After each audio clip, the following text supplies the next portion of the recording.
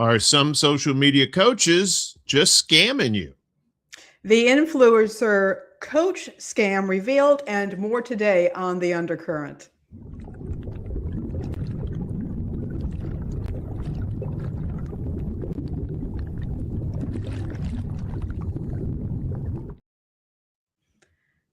Greetings and salutations from under the sea. And from Arkansas. Which might as well be. No, yeah, we don't have to search much for stuff to report on these days, Uncle Warren. No, it's Yeah, just like it's like a flood. It just keeps coming in, doesn't it? It really, really is. By the way, we've got a full show for you all today, and we're really looking forward to bringing it to you. I did want to mention, though, if you are looking for what's going on in Minneapolis right now, Status Coup, which you can find all over YouTube or whatnot, they are doing some pretty good on-the-ground reporting. They got local people out there. They're following folks around. They're going to various demonstrations. If you are looking to see what's happening and you're not necessarily getting what you want from network television, check out what Status Coup is doing. They're doing some good stuff. Yeah, Status Quo usually does some really good journalism on the ground. They were they were on the ground there, the DAPL pipeline too, back when Obama was president. They were. Yeah, so good. Yeah, it's good to see independent journalists out there, because our mainstream media is not exactly you know the thing. They're putting themselves in some danger. I mean, they are right up there. We know that journalists are often being targeted. They're often being perceived as being on one particular side.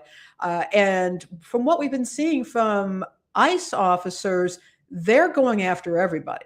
I mean, I don't know if you saw the photo of the ICE guys and Dan, whatever the hell his name is, the guy who's the head, he going through a local Target in Minneapolis. I mean, they're just marching through a Target. This is intimidation. They're knocking on doors. They're doing all kinds of crap. In that particular situation, they picked up a U.S. citizen who kept saying, "I'm a U.S. citizen. I'm a U.S. citizen." And they took him away, and I think they ended up dumping him in a Walmart parking lot or something, like 8 miles away or something like that. So they take him from a Target and bring him to a Walmart. I mean, yeah, maybe ICE works for Walmart. That's what it is. They're trying to recruit people, but that's not the way you do it, folks. Just saying, Yeah, and I don't know. I don't know either. But it's just these folks are really out of control. There's also a guy named Hawk. He's doing some reporting on YouTube. It's more commentary related, but he had a thing today about what's happening there, and he pointed out that the ICE officers really are being used by the federal government as bait because this administration wants to get stuff started. Oh yeah.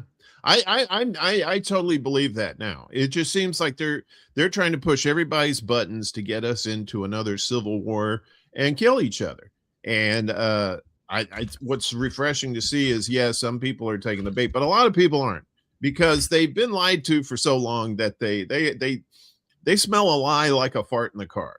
You know what I'm saying? It's like they're like, hey, this sounds like some sort of false flag or some sort of operation that they're doing, and because they've seen it over and over, and people have been exposing these tactics over the years. So there's really nothing new under the sun that they can do to try to propagandize people into doing this.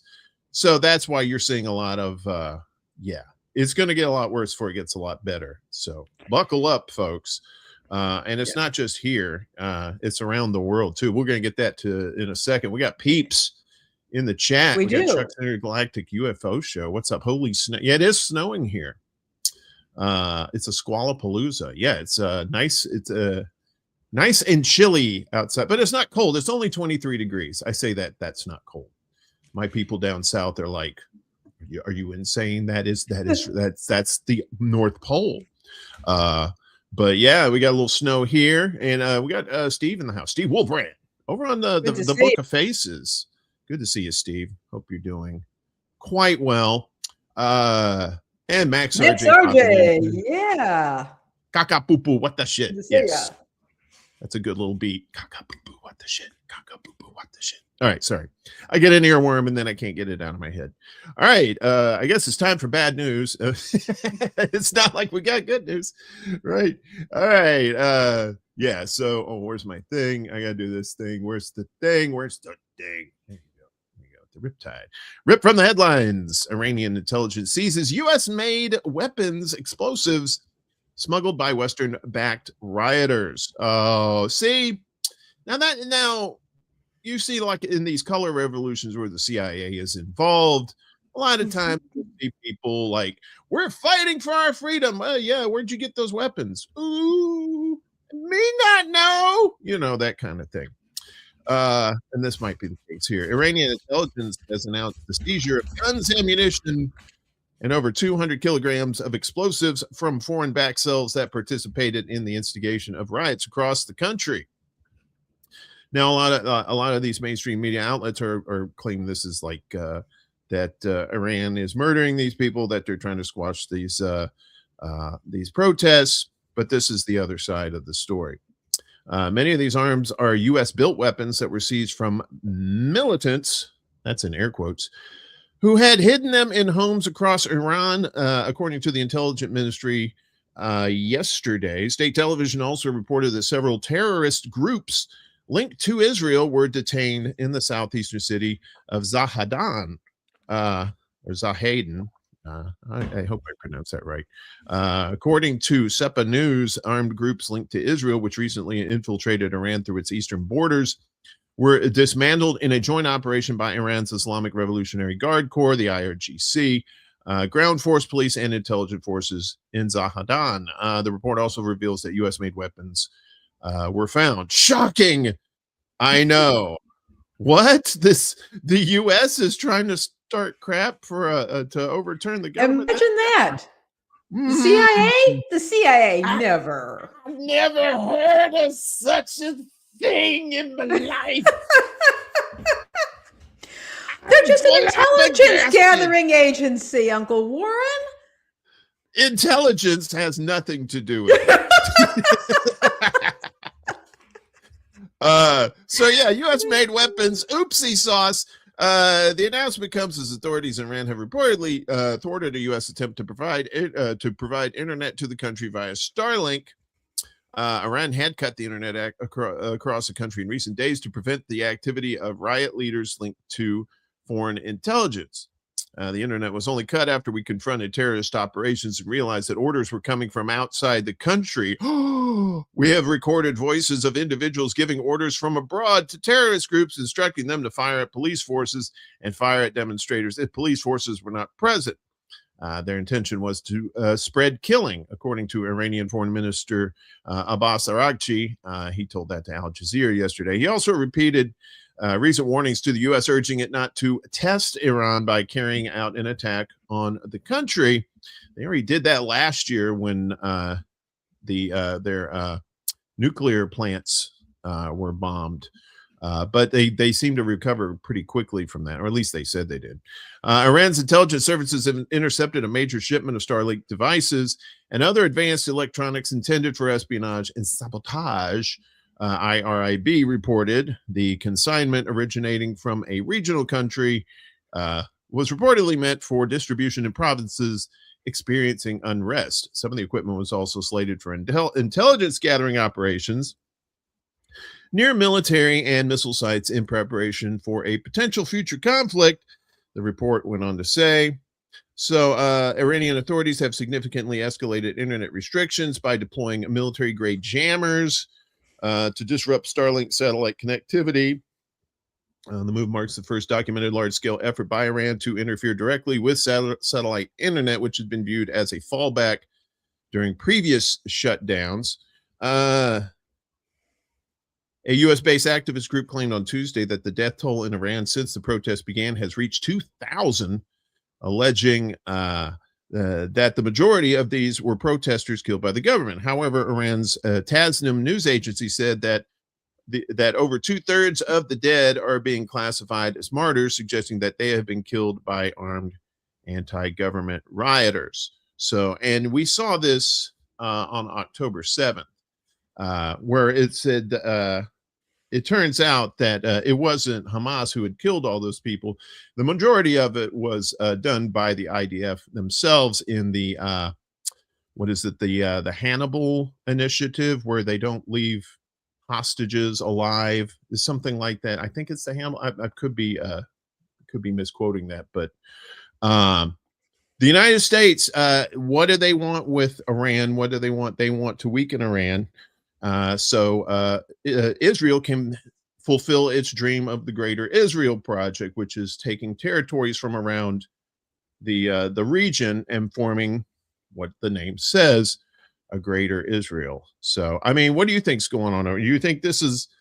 I think it's a little bit of both. I think they are cracking down hard on these people, but at the same time, it's also being instigated by the West. What do you think? I think, yeah, I mean, I think that there is very.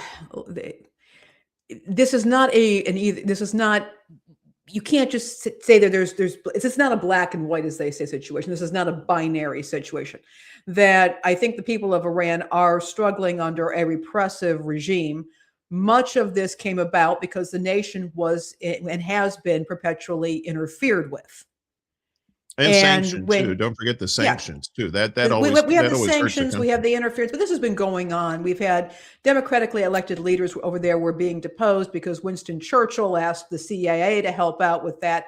And this has been going on for a very long time. They have been interfered with.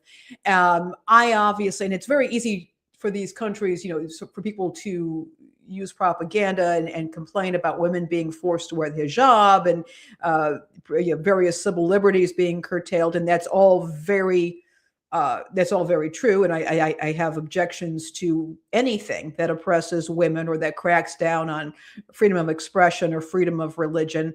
But at the same time, that's really easy pickings. That's really low-hanging fruit that they have been perpetually interfered with constantly by outside agitators, and the agitators being foreign governments like the U.S.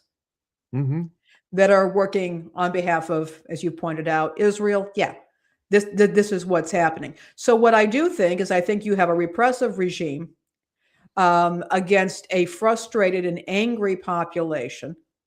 And the frustrated and angry population is probably also frustrated and angry with the U.S. and being interfered with. Yeah. This is the kind of poison that happens when countries decide to not mind their own business, but instead use their resources not to uplift and support their own citizenry, but to interfere with other countries to serve certain geopolitical goals, and of course that of capital. Yeah, and isn't it always the people who are the ones who suffer, the regular people that have nothing to do with this, who just want to live their lives, and they get caught up in all this propaganda, and people are just lied to. I mean, this happened in Venezuela. This happens in a lot of places where they want regime change. So I wish somebody would come and change our regime. That would be nice, wouldn't it? Like if somebody came in and said, "Hey, you guys aren't doing too well. Let's have a revolution." Yay! But I don't think that'll happen. We were talking about Minnesota just a few minutes ago too. So we've got a little more information. But first, we got some. So we got some latecomers to church sitting on the back pew there. We do. We got some great folks here. Yeah, we saw you sneak in the back. You was out there having a smoky, weren't you? What's up, Ellen? Good to see you. We got Willie in the house too. He's on Highway 95 and listening to the Undercurrent. That's what he says. Ellen was on Extra Bulla last week, Wednesday evening. It was a fantastic show. Oh yeah, Ellen is so wise and informative too. I just love talking to her, and she's been putting out a lot of posts on Facebook lately, and very insightful stuff. And it gins up a lot of conversation too, and I think that's what is needed. I think people are just so, like you said, everything's not black and white, right? There's several shades of gray, and people don't understand that. They don't take these subjects with nuance. They just they may listen to their favorite pundit who, you know, can do no wrong, and just hear all this dumb stuff coming from them and just take it to heart. And then when you actually hear common sense, sometimes it gets through, but then sometimes, so apparently there's been some resignations after the Renee Good murder. This is interesting stuff right here. Let's get to this. So top Department of Justice officials resign after being cut off from Renee Good killing probe. So President Donald Trump's Department of Justice is seeing its latest mass resignation over its handling of the case of Renee Good, who was fatally shot by a federal immigration agent last week in Minneapolis. So she apparently the TLDR, she was trying to warn the neighborhood about ICE being in the neighborhood. She was confronted by ICE agents. She tried to get out of there. They made it look like she was trying to run over a federal agent, and then the federal agent shot her and killed her. Days after Harmeet Dillon, Assistant Attorney General for Civil Rights, announced that the agency's Civil Rights Division would not be investigating the shooting, despite the fact that the office's criminal unit would ordinarily probe any abuse or improper use of force by law enforcement. 4 top officials in the section have resigned. Interesting, right? So they're they're not investigating the shooting, right? And this is another layer of frustration and anxiety that people have to deal with now, that that they're going to get away with doing this stuff without even an investigation. They don't even have like a, oh, we're going to investigate ourselves type thing the police usually do, and of course they always exonerate themselves, but at least they go through the motions of having an investigation. This one, they said they're not even doing that. So as MS Now reported Monday night, the chief of the criminal unit, listed on the Department of Justice website as Jim Felt, has resigned, as well as the principal deputy chief, the principal deputy chief, the deputy chief, and acting deputy chief. That's a lot of deputy chiefs. The outlet reported that other decisions by administration officials also contributed to their decision to leave. The FBI announced last week that it would be probing U.S. Immigration and Custom Enforcement agent Jonathan Ross's shooting of Good, who was killed while sitting in her car on a street in Minneapolis where ICE was operating. Part of the surge of federal immigration agents who have been sent to the area in recent weeks, with the Trump administration largely targeting Somali people because of this Somali scam that's going on. And I highly advise, if you haven't seen the video by James Lee, he does a good little deep dive on this, what that the Somali scam that's going on in Minnesota, is it or isn't it a scam? He goes into it, and it's very good information. So like we said, despite video evidence showing that Good's wheels were turned away from Ross, who was one of a number of officers who had approached her car and reportedly given her conflicting orders. And remember, this is a United States citizen. This is the United States citizen. So basically these people are being left out. It seems like, let's see, hang on a second.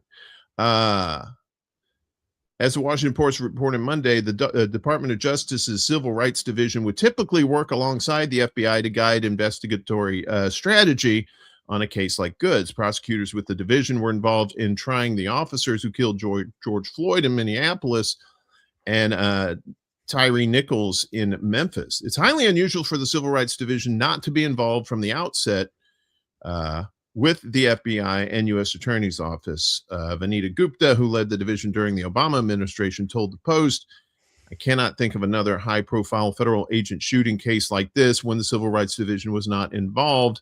As prosecutors have the long-standing expertise in such cases." Dillon, who has said the division will work to carry out the president's priorities, said last April that she was fine with the mass departure of civil rights attorneys. I'm sure the job here is to enforce the federal civil rights law, not woke ideology, she regurgitated. Which means nothing. Which means absolutely nothing. It's one step from word salad. But she's not defining what woke ideology is. She's not defining that. She doesn't even know what to say. Yeah, it's just woke ideology is a nice little talking point that seems to soothe people's their tempers. But the mass resignation, or stir it up, the mass resignation of a Civil Rights Division employees comes a month after more than 200 former DOJ employees signed an open letter condemning the near destruction of DOJ's once revered crown jewel. Now, in the wake of Good's killing, said one observer, the division under Dillon's leadership refused to probe a murder. The people with consciences walked out. And I don't blame them, right? I mean, yeah. What are they going to do? It's like, yeah, they could probably stay and fight it, but they're just going to get fired anyway, right? And at some point, they become complicit. Mm-hmm. Yeah. At least with this says that you're at least giving a message like, look, we're not privy, we're not complying with all this. This is ridiculous that you've had these investigations by the Civil Rights Division, and now you're not doing it. It just seems like it's another crumbling thing that particularly with the Trump administration this time around is doing, and where him and his cronies are pushing the limits of the law until it gets taken to court and then it gets shut down. But there's a time from when the action happens, much like what's going on with the boats in the Gulf, right? When they were blowing up the boats, they're just doing all that till they have a court tells them that they can't do it. And it just seems like that's the modus operandi of the Trump administration this time around. Cause as much destruction, try and do as much damage as possible until the courts stop you. Yeah, and then there isn't, where's the accountability? Where's the accounting? Because nobody wants to do an investigation. Republicans are in charge of the House. Republicans are in charge of the Senate. Of course, your president is Democrat, and you have a 6-2, 6-3 margin of conservatives on the Supreme Court. So they're emboldened by doing, and this is not just a left-right thing or anything like that. I'm not trying to couch it like that. I'm trying to tell you that this is actually happening. It don't matter what your political striping, and it affects everybody of every political stripe. And people say, well, it don't affect me. Well, eventually it will. Look, an unarmed woman was shot in the face. Yeah. A medical doctor was prevented from getting to her. May not have done any good, but decency would have allowed for that. Yes, this absolutely can happen to anyone. I want to say it was Philandro Castile. It may have been him who was shot. Again, he had received conflicting orders from the police officer. I believe it was him. There were some protests around that. Again, when you have law enforcement who are not trained to give clear orders, and then when they think the orders aren't being followed, blow somebody's head off, there's a major problem. There needs to be an investigation. Well, this should not have happened. None of this, and this could happen to any of us. We've seen this, and we've been hearing this from a lot of Black content creators. And they're saying, guess what? Yeah. Guess what, folks? Yeah. You thought you were immune to this? No, you're not. And this is what's happened. Yeah, there was another incident too, where somebody was pulled over or something by ICE, and this was another citizen, and the person was pushing back, and the ICE officer said, it referenced the shooting of Good, and said he told the lady, he said, "Don't you understand what happened yesterday?" Like he was threatening her, like it can happen again. They become emboldened now. They are emboldened. And sorry, go ahead. Oh, well, I was just going to say that they're emboldened now, and that may lead to other acts of violence from people just trying to protect their own neighborhoods. Right now, they're just doing the peaceful protesting, but people have limits. and especially if people are getting like deported, that they know, that loved ones deported, or people getting murdered that they know, and with no, like you said, no consequences.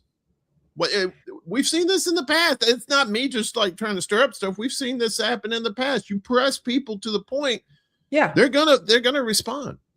Well, here's, a friend of mine pointed out, and she had a very dark thought, but she's a very intelligent person, and she said, look, the fact that the asshole who murdered Renee Good said immediately after blowing her face off, fucking bitch. Okay. That is something that men say to women. It's gendered. It's a gendered slur. And this is they say when a woman makes them angry. And he said, how many more of these yahoos are going to join ICE because they can kill fucking bitches? They can do it like that. You mentioned that guy mentioned to that other person, you saw what I did to her. Saw what happened to her. Yeah. If you're a misogynist, I mean, it's not just about race at this point. At this point, you're a misogynist. Hey, you get to go up there and you get to F up white women. Yeah. White liberal women too. That's who they that's really the extra, hate. That's the extra juicy part right there. It's like, they're like these people like Dan Bongino, he's like the assistant FBI guy who was always on Rumble, like coercing these people and saying that these damn liberals, these damn people trying to destroy our country, we got to push back. And these idiots that join ICE thinking, I don't think they're trying to help people. I think they join because, like you said, they get to crack heads. And in our own country, folks. Speaking of which, I'm going to put into the comments a link to a book that I read a couple years ago. It's called Prophet Song by Paul Lynch. It won the Man Booker Prize. It is about Ireland falling into fascism, and it's a fascinating read. And I'm beginning to. Good God help me! I'm having flashbacks to this book at this point. But it looks into how quickly this all can happen. The link is in there. You can pick it up at the library. Do support your local library. It's free to take out books. Oftentimes libraries do have ebook readers that you can actually borrow ebooks, audio books. Again, they have setups with free apps for that. This is a book that I would encourage people to check out right now about just how quickly this sort of thing can happen. But we're at a point here, and as you point out, Uncle Warren, you're right. It's one thing if it's an activist that somebody doesn't know, but when they find out that a coworker, a spouse, a child, a niece, or a nephew gets a threat from one of these invaders who have no ties, no connection to this community, no accountability, no friends or family who can restrain them and say, hey, you grew up next to that guy, just behave yourself. Something could snap. And I think the administration wants that to happen. And it's disturbing. Well, it's just another way to divide people. I think, like I said, I think they really do want Civil War 2.0. I don't think they're going to get it though. I mean, they're trying, but I still believe in the resilience of humanity. I mean, it kind of dwindles a lot each day, but it's still there. And apparently in New York, I don't know if this is just virtue signaling or if this is actually a real thing, but apparently the New York governor will push for state lawsuits against ICE agents. So, like I said, I don't know what that'll do, but let's read this. So Governor Kathy Hochul yesterday endorsed legislation that would allow New York residents to sue ICE agents in state court for civil rights violations and escalation of efforts by Democratic-led states to rein in the agency following a woman's fatal shooting in Minneapolis last week. During her annual State of the State address in Albany, Hochul said protecting New Yorkers was her top priority. And that now includes standing up to ICE agents who abuse their power. Power does not justify abuse, Hochul said. And if someone's constitutional rights are violated here in the state of New York, I say they deserve their day in court. Hochul's support for related proposals in the legislature comes as Democratic governors and lawmakers from around the country are seeking ways to try to blunt what they consider overly aggressive federal immigration tactics. Well, that's putting it lightly, under Trump. The work underway in states such as Illinois, Maryland, and New Jersey includes efforts to ban ICE officers from wearing masks and bills that would bar them from later securing employment in state or local police departments. If approved, Hochul's push to open up ICE agents to civil liability would almost certainly be challenged by the Trump administration. Tricia McLaughlin, a spokesperson for the Department of Homeland Security, said Hochul was trying to, quote, smear law enforcement who are simply murdering people in the face. I'm sorry, who are simply enforcing the rule of law and putting their lives on the line. Yeah, putting their lives on the line from people who are trying to drive away from them. To remove violent criminals from New York. Violent criminals, of course, being the vague term here. DHS law enforcement officers follow the law and the U.S. Constitution. McLaughlin continued, her nose growing very far out of her face, saying federal agents were being attacked, harassed, and threatened as they try to carry out their duties. But the governor's position underscores how Democratic politicians are becoming increasingly emboldened to take on ICE. That's arguable, especially after an ICE officer killed Renee Good, when we told you about that. When boundaries are crossed, accountability matters, Hochul said. No one from the president on down is above the law, which I find it to be, and I say there's a little bit of hypocrisy here because I lived in New York for 15 years, and the governor, even though she really doesn't have any control over the New York Police Department, she didn't exactly try to do this with them either, who was definitely breaking civil rights laws against their own citizens there too. But that's a story for another day. New York Assembly member Micah Lasher, who introduced a legislation similar to Hochul's proposal last year, said the legislation would bring New York in line with policies already in effect in several states, including California, Massachusetts, and Maine. Lasher said the concept is based on a theory known as Converse 1983. It maintains that federal officials should be liable in state courts should they violate federal civil rights laws, just as Section 1983 of the Federal Code made state and local officials liable in federal court should they violate those statutes. The section was enacted in 1871 in part to give Black Americans additional protections from the KKK. And so Lasher conceded that the premise of state lawsuits against federal officials carrying out federal laws remains untested. He said he's unaware of anyone who has brought a state civil suit against an ICE agent in any of the states with a law already in effect. I believe the private right of action itself would be pretty hard to challenge, he said, but you're going to see cases where federal agents try to move their case to federal courts. We will not allow masked ICE agents to storm our schools, our daycare centers, our hospitals, our targets, our houses of worship for civil immigration raids unless they have a judicial warrant, they said. So that brings to question, does federal, no pun intended, does federal trump state? What about the states' rights? What about, is this this is an oppressive tactic by the federal government on these particular states? Now, I would think the states have a right to fight back. I just, I'm amused because of, the call for states' rights has for so long been associated with conservatism.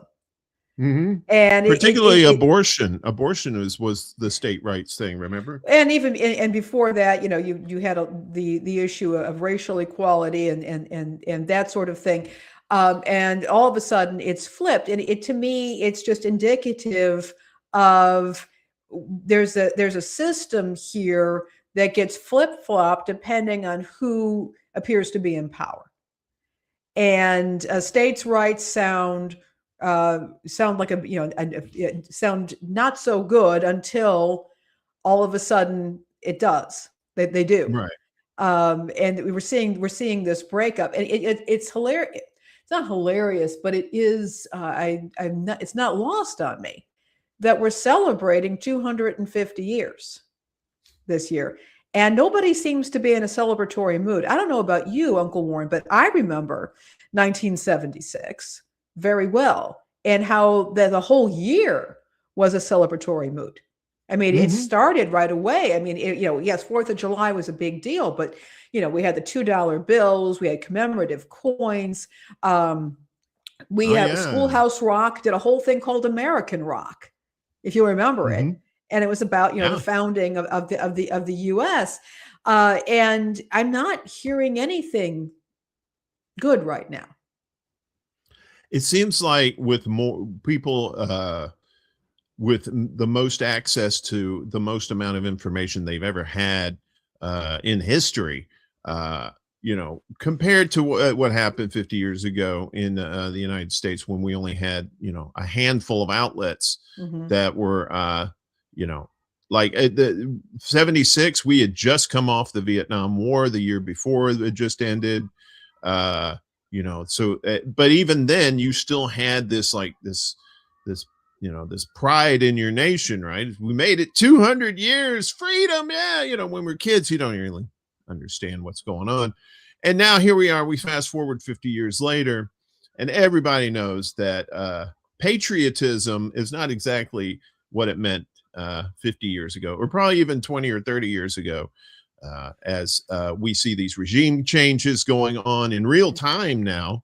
Used to, we just hear about it after the fact, and just like, oh, it's a foreign country, we don't care. But now you're seeing more and more of these regime changes, and you're seeing more and more information getting out to the public. The thing is, there's a massive wave of true information that's out there, but it's being disseminated in different ways by people with different agendas, right?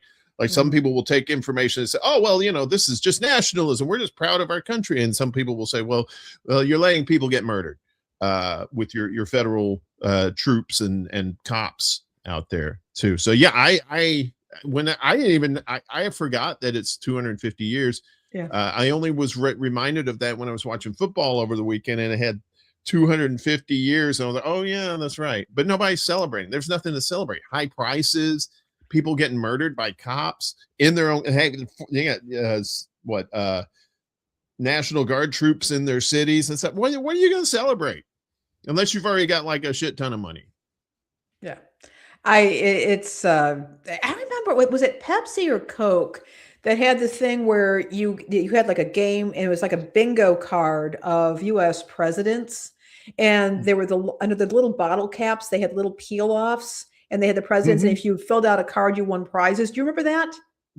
Yeah, they're collecting the caps and stuff with the things underneath. Yeah, it was just, I remember that year, and it was, wow, it was amazing. And now we're all just like, okay, we're like, it's like an old married couple who absolutely hate each other, and they're coming up on their 50th, and it's like, yeah, we're good. we're good. Just our hate keeps us warm at night. We don't need to cuddle. We just hate it. We just, that feels so good. Right. Exactly. I mean, patriotism now is just nationalism, right? When you care more about the cloth and fabric of a flag than you do the actual people, your priorities are pretty messed up. And if just in case you didn't feel bad enough about the future, Lainey, the Pentagon announces new AI acceleration strategy. AI in the military. Yeah, U.S. Department of War has announced a new strategy to accelerate the military's use of artificial intelligence, aiming to establish an AI-first fighting force across all domains. The plan, mandated by Trumpy, focuses on 7 initial projects expected to enhance combat capabilities with new AI tactics and simulations, speed up intelligence processing to develop new weapon systems, and automate internal military administration and workflows. U.S. Secretary of War Pete Hegseth said the U.S. will invest heavily in expanding access to AI computing power and tap into hundreds of billions of dollars in private capital. Flowing into American AI.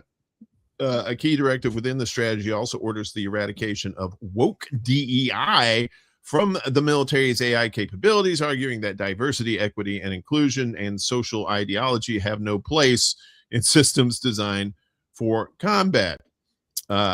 Just murder. That's all you need to know. Social ideology. Kill. Gone are the days of equitable AI and other DEI and social justice infusions that constrain and confuse our employment of this technology. Basically saying, yeah, we're tired of morality. Let's just let the robots kill with impunity. Adding, we will not employ AI models that won't allow you to fight wars. Of course not. Why would you do that when you want to just blow up everything? He also announced the Department of War personnel will soon be able to use Elon Musk's Grok AI. There you go.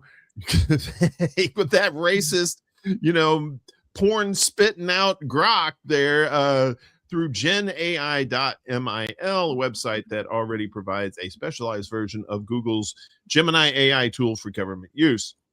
Very soon, we will have the world's leading AI models on every unclassified and classified network throughout our department. Long overdue. You want Skynet? This is how you get Skynet, folks. Heggs has noted that the Pentagon will be taking a wartime approach to people and policies that block AI implementation, and has established a barrier removal SWAT team with authority to waive non-statutory requirements and highlight roadblocks. That's interesting that the Pentagon will taking a wartime approach to people and policies, basically declaring war on your own people, not like they haven't done it already. Russia similarly outlined the pursuit of advanced AI technologies as a priority. President Vladimir Putin said in November that for the country to have its own complete range of AI technologies and products is a matter of national technological and value sovereignty. Last month, he also highlighted the need to implement AI and robotics technologies to further develop the military. And that scares the living crap out of me, Lainey P. Yeah. Because it's bad enough you have these psychopaths that's already running the military and bombing these countries and whatnot. Now you put that in the hand. They're like, well, it's just more to organize things and stuff like that. And it's like, he just said it. It's like, why are you gonna have an AI in the military that don't want to kill nobody? It's ridiculous. Yeah, and the fact that AI is just nowhere near where it needs to be. It's bad enough when you're trying to use it for business reasons or decisions, or even creating a little graphic or something like that. And in the military, we want to implement it, and we're taking a wartime approach. What the heck? Yeah, of people trying to stop it, right? Yeah.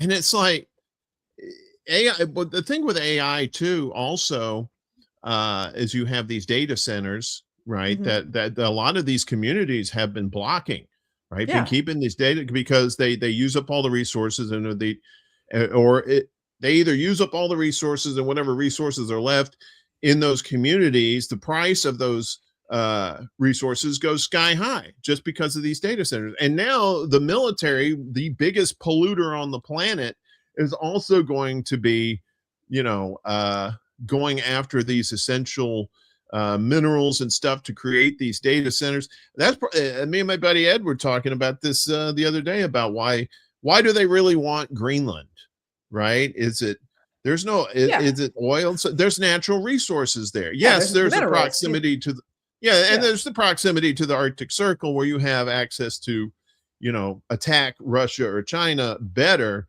but it's also because of the natural resources there, and possibly to create more data centers for the military themselves. And I also believe it's also just trying to gin up further discontent and confusion. Mm-hmm. Everything that's happening has multiple uses. It's not just trying to expand territory or get natural resources or military strategery. as the shrub used to say. Strategery. But it's also to get people up in arms. And when people get their backs up and start squabbling with each other, they say and do things that are stupid. Mm-hmm. It's human nature. Greenland it's its own nation. It is under the control of Denmark, a very sensible country that's a NATO ally. There is absolutely no reason for any of this other than, of course, yes, I would agree, probably getting those natural resources, but it's awfully good for getting Trump derangement syndrome, as they say, going and getting people's heads to explode. Heck, my head explodes every time I turn around and I see something about it, something I got to work on. I know.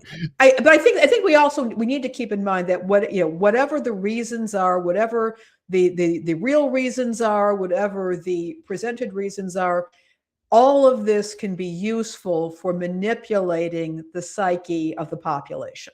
And that needs to be kept in mind. For those of us who have followed pro wrestling, we know what this is like. And again, Donald Trump is in the Pro Wrestling Hall of Fame, and the owner of the biggest wrestling promotion in the world is in his cabinet.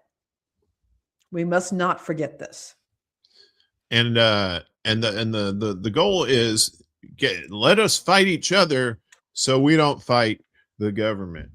See, fight amongst yourselves. Nothing to see here. Oh no. So because if we did get together and put our differences aside and focused on common goals, and that would be horrible for the people who are trying to control us and do things that are pretty evil, to be honest with you.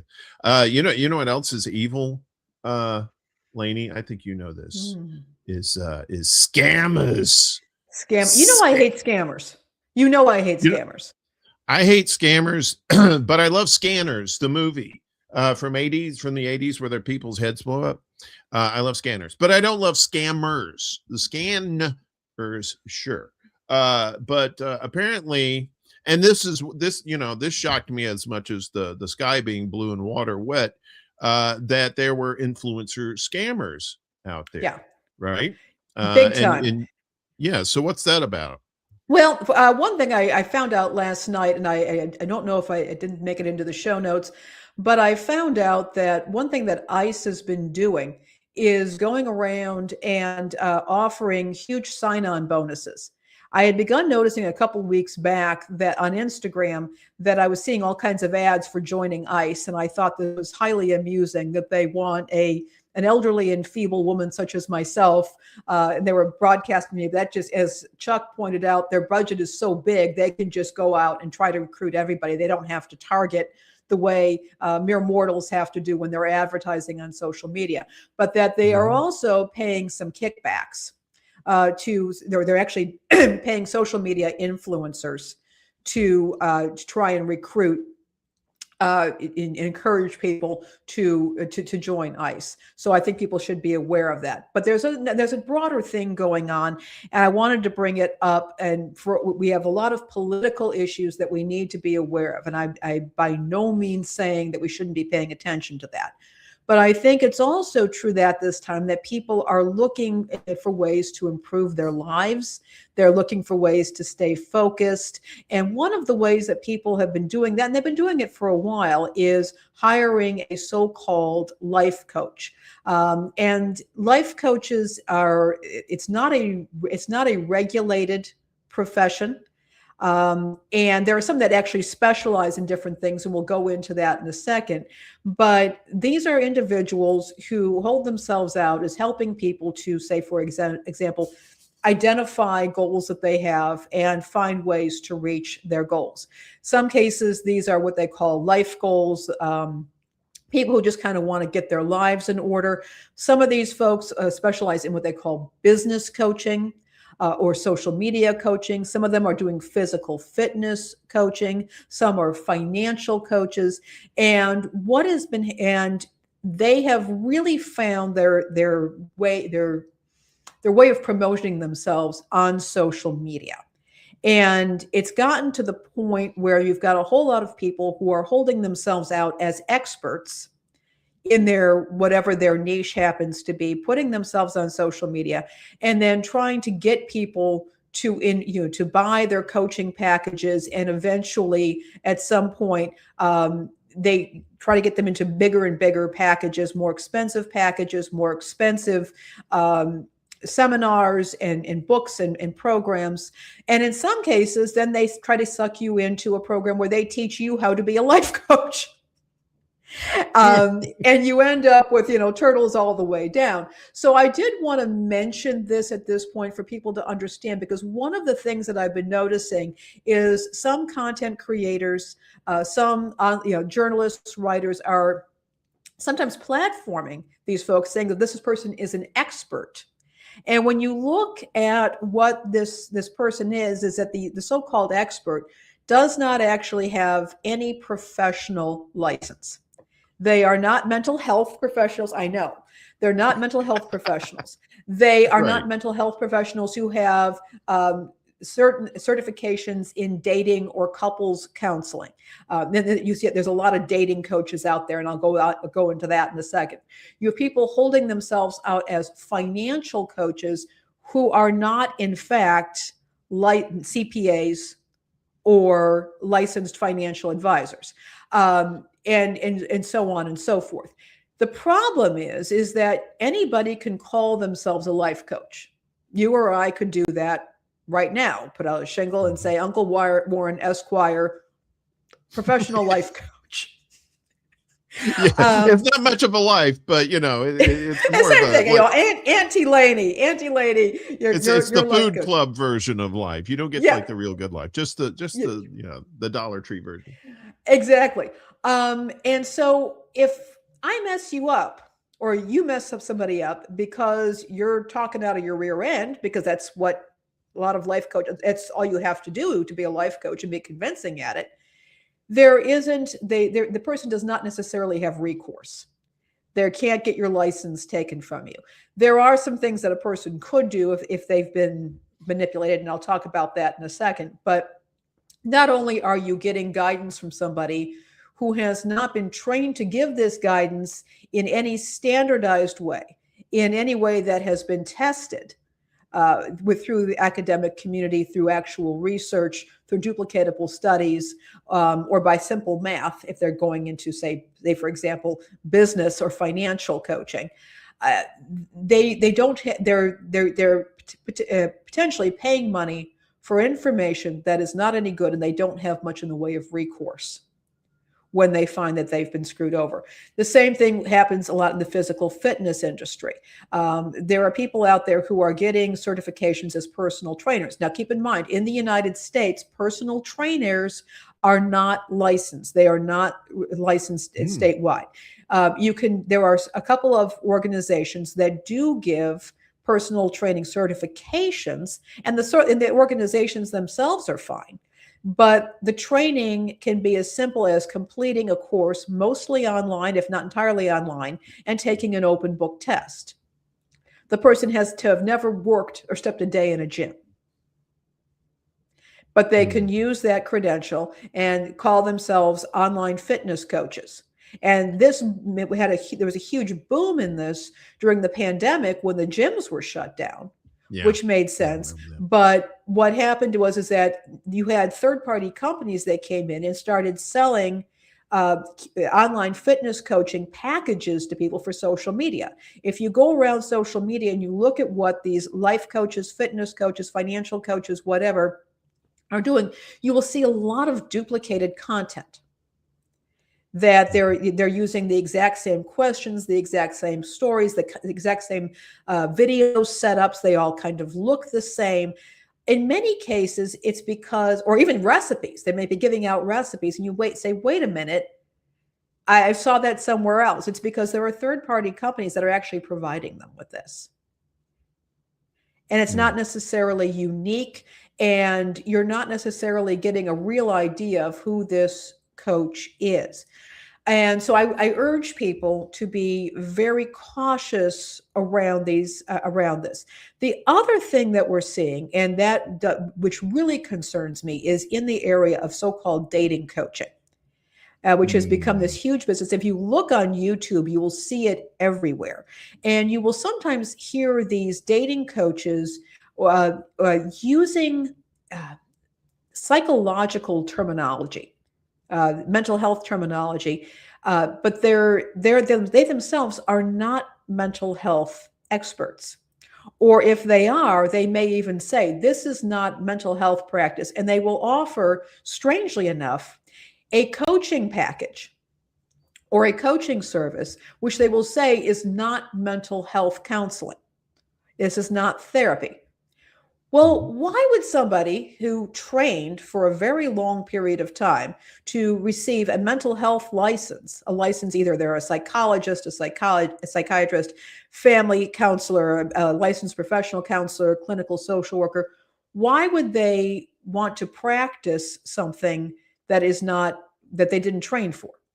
Why are they calling themselves coaches? In some cases, they've lost their licenses or they've had their licenses suspended, and they can reinvent themselves as coaches. In other cases, they can make a lot more money by setting up an online group and charge people a subscription of $100 a month or a couple $100 a month, in some cases, thousands of dollars, to offer information and guidance, all the while saying, I'm not responsible for the consequences of any of this because I'm not practicing therapy.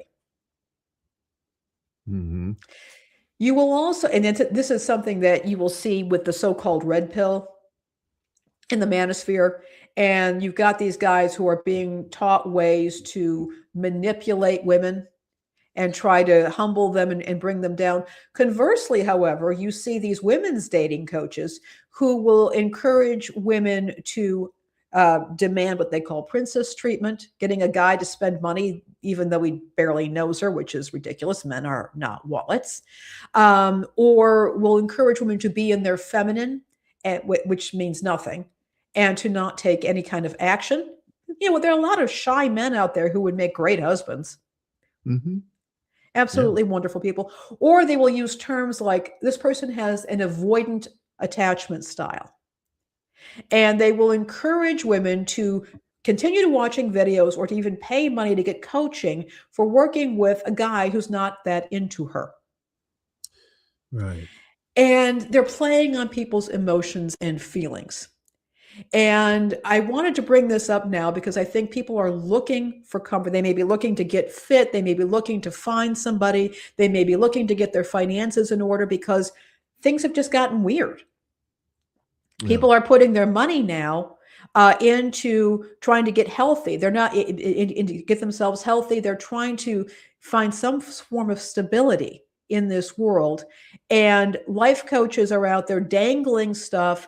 The people form parasocial relationships because they see them online. They think they want to like this person and get connected with this person, and they're willing to pay, but they're not necessarily receiving what they think that they're paying for. So I would encourage folks, first of all, you can check out the show notes on the Substack. I've got a list of resources for investigating and checking out people who claim to be life coaches. To also understand that, there are circumstances where you need to be talking to professionals. If you are looking to get more fit, I encourage you to go to a gym. Planet Fitness, for example, offers free personal training so you can get to know somebody and actually work out there. And then if you want to hire an online coach or you want to hire a coach that you see online, great. But get to know somebody in person, get an idea of what a physical fitness trainer actually can do for you. If you are having financial issues, you might want to talk to a CPA or to a licensed financial advisor. If you need counseling or mental health support, again, there may be community options for you. Also, keep in mind, insurance does not cover life coaching. And so, again, you can talk to your health insurance, find out if there are practitioners in your area. But to be incredibly cautious about this. This is ongoing. It is on the rise. I think in some cases it's actively pitting people against each other, particularly with these dating coaches who are encouraging entitlement in both men and women. That's only leading to further conflict. And I wanted to bring this up because it just seems like I'm seeing more and more of this in my feed, in part because people have gotten sucked into these coaching practices.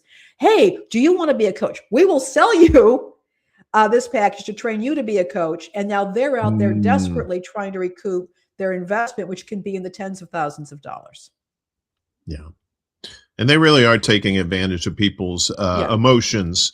And especially in this heightened state of anxiety that's going on right now, people are just desperate for any kind of solutions and will often bypass even researching a lot of these people before they plunk their money down too. That's another thing people need to do. Is like, it's just like I tell people with their journalists, like when you find an independent journalist, check them out, see if they're being backed by somebody financially, find out who that is, that sort of thing. And that's the same thing with these coaches, that get some more information on them, especially before you put any money down.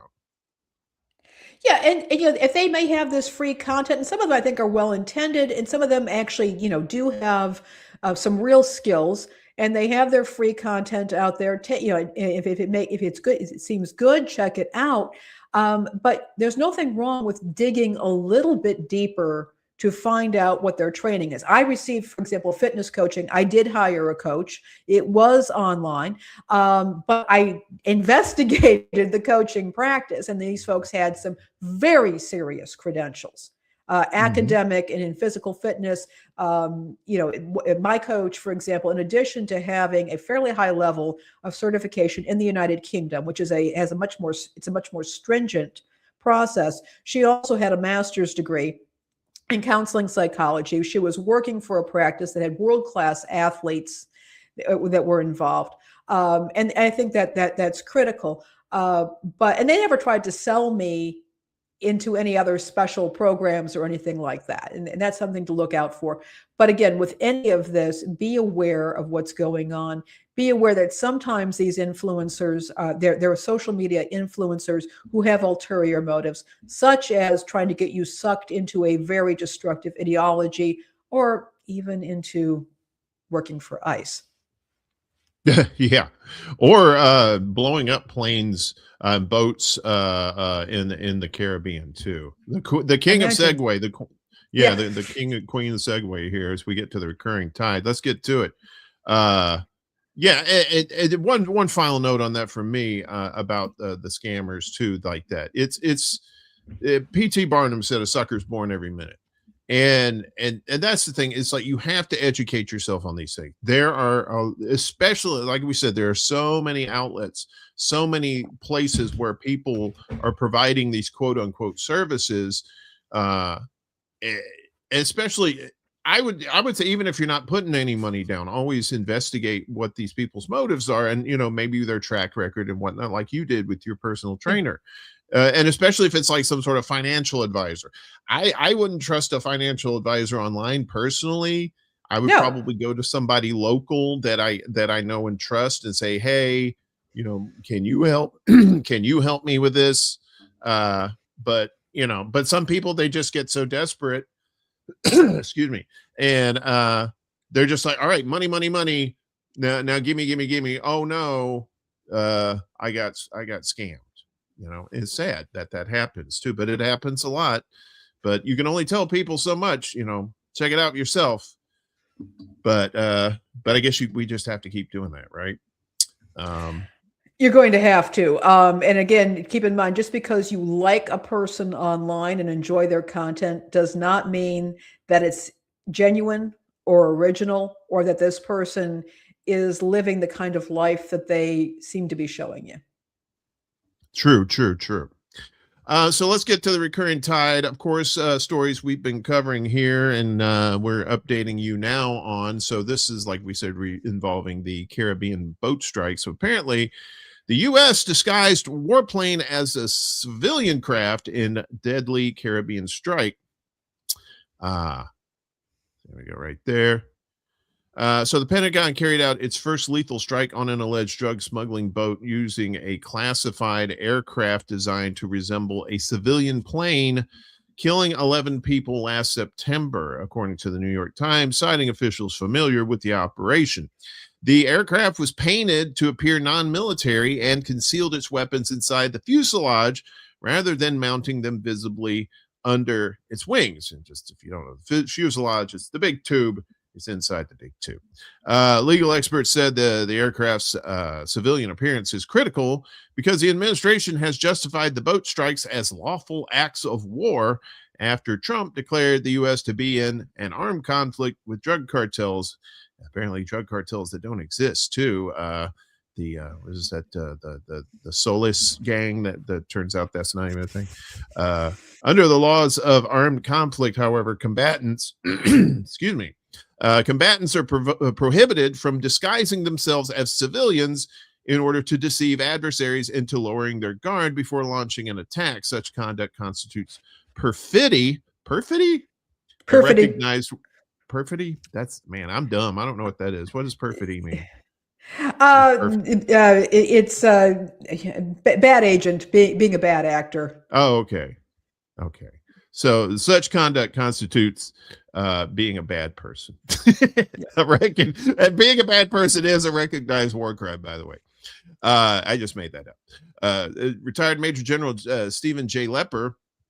That's an unfortunate last name. A former deputy judge, advocate general of the U.S. Air Force, said that if the aircraft was deliberately painted to conceal its military identity and approached close enough for those aboard the boat to see it, the strike could meet the legal threshold for perfidy, bad acting. Shielding your identity is an element of perfidy, Lepper stressed as one of his body parts fell off. If the aircraft flying above is not, you sound saying, and if he couldn't hear, he'd be Def Leppard. If the aircraft, I know it's, you didn't come here. We're going to create hysteria here, Uncle Warren. I'm a getting it. Yes, I'm a getting it. Sorry. All right, Uncle Warren, pour some sugar on me right now. We're Gen X, of course. We're Def Leppard fans. There was a fun joke that said what has 9 arms and sucks, Def Leppard, and you're like, oh, that's ooh, yeah, nice. That was back in the day. Gen X, we have diplomatic immunity from such things. So if the aircraft flying above is not identifiable as a combatant aircraft, it should not be engaged in combatant activity, he adds. According to officials briefed on surveillance video, the aircraft descended low enough to be visible to the people on the boat. After spotting the plane, the vessel turned back towards Venezuela before the initial missile strike. 2 survivors later climbed onto an overturned section of the wreckage and were seen waving at the aircraft, officials said, before being killed in a second strike that sank the remains of the boat. I think that's also a war crime, too. It remains unclear whether they understood that the explosion had been caused by a missile. Following the September operation, the military reportedly switched to using clearly identifiable military aircraft, including MQ-9 Reaper drones, for subsequent boat strikes. It's unclear whether those aircraft were visible to the targets. A U.S. Navy handbook emphasizes that lawful naval operations must occur within the bounds of military honor. Particularly without resort to perfidy. They love using that word, don't they? And stresses a commander's duty to clearly distinguish military forces from civilians. So that's basically the gist of it, that these people, that the military was disguising their planes just so they could, and the fact that they're blowing up these boats anyway without any proof, that they and the ones that they blew up with survivors, they didn't try to arrest the survivors, they just killed them too. It's just another one of these things where, Trump is just pushing the envelope, right? He's pushing and pushing until somebody actually legally pushes back on him.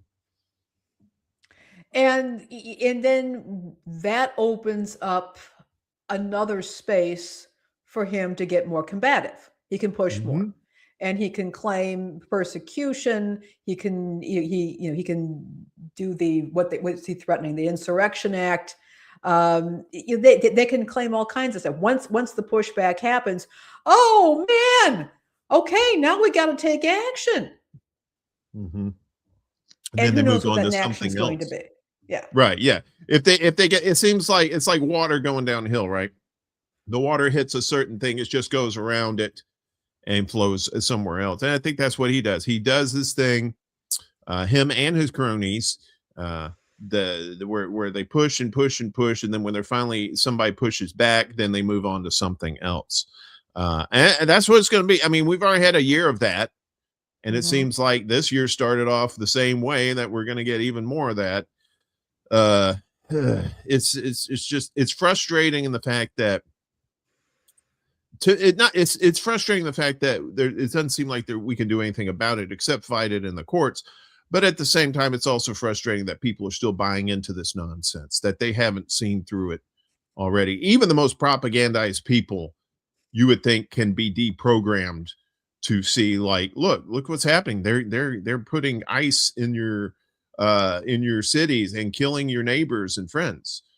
They must have a good reason, and you're just like, it's what they call normalization bias. I mean, the thing is that the human brain wants to normalize things. And on one hand, that probably is often a good thing because it keeps us from being completely stressed and frazzled and distracted. The trouble is waking us up out of that. Yeah. When things are not normal, and if we don't act now, and if we don't get frazzled and distracted, it will get to the point where we're going to be in something that we can't dig ourselves out of. Yeah. And that's why we always have to keep telling people, use your critical thinking skills, keep your eyes and ears open, stay frosty, because this stuff, they're going to keep pushing and pushing this for as long as they can. So let's move on to this one. This is a story we've been covering about Cleveland State. Oh, Lord. WCSB sues Cleveland State, alleging it had a secret plan to shut station down. Ah, yes, those ominous secret plans of college radio. And you'll recall, we were reporting on this from the very beginning. This is the college radio station it was a student-run college radio station that was effectively, it wasn't sold, but it was given away to another organization outside the university, and without the students getting any kind of real notice. And in fact, the programming was cut midstream and turned over to light jazz, of all things. And the students are not letting go of this. And I say, God bless them. Well, Monday morning supporters and ex-DJs of the axed college radio station WCSB filed a lawsuit against their former host, Cleveland State University, in county court. In a 14-page complaint filed in the Cuyahoga County Court of Common Pleas. That's a lot of C's in there. WCSB DJs claim that CSU President Laura Bloomberg covertly schemed to quiet the station's criticism by transferring the antenna to IdeaStream. And then they allege making it seem like a win-win situation. IdeaStream gets a new terrestrial signal. CSU students get a swath of new internship opportunities. And plus, don't forget that light jazz. That should be your top priority, Junior. What's wrong with you, college? Bloomberg grew weary of the independent voices at WCSB, their nonconformist attitudes, their complaints about university operations, and their protests against university policy, the court document reads. At some unknown point, as these protests were ramping up, it states, CSU began secret deliberations and discussions to sandbag WCSB with a plan to shut it down. The suit comes roughly 3 months after Bloomberg announced on October 3rd, like we said, that WCSB's offices off Chester Avenue would be vacated after nearly 5 days of broadcasting, and 3 months after former station manager Allison Baumgardner, who was one of the plaintiffs, was barred from the studio. Well-attended protests like the one that took place outside the City Club in mid-October followed. Former DJs banded together around XCSB, a guerrilla recreation of the station. That's cool. Guerrilla radio. Get one of those boats and put it in international waters with the big antenna and just like vowing to keep its programming alive, be it online or at weekly shows at the Happy Dog in Gordon Square. The Happy Dog.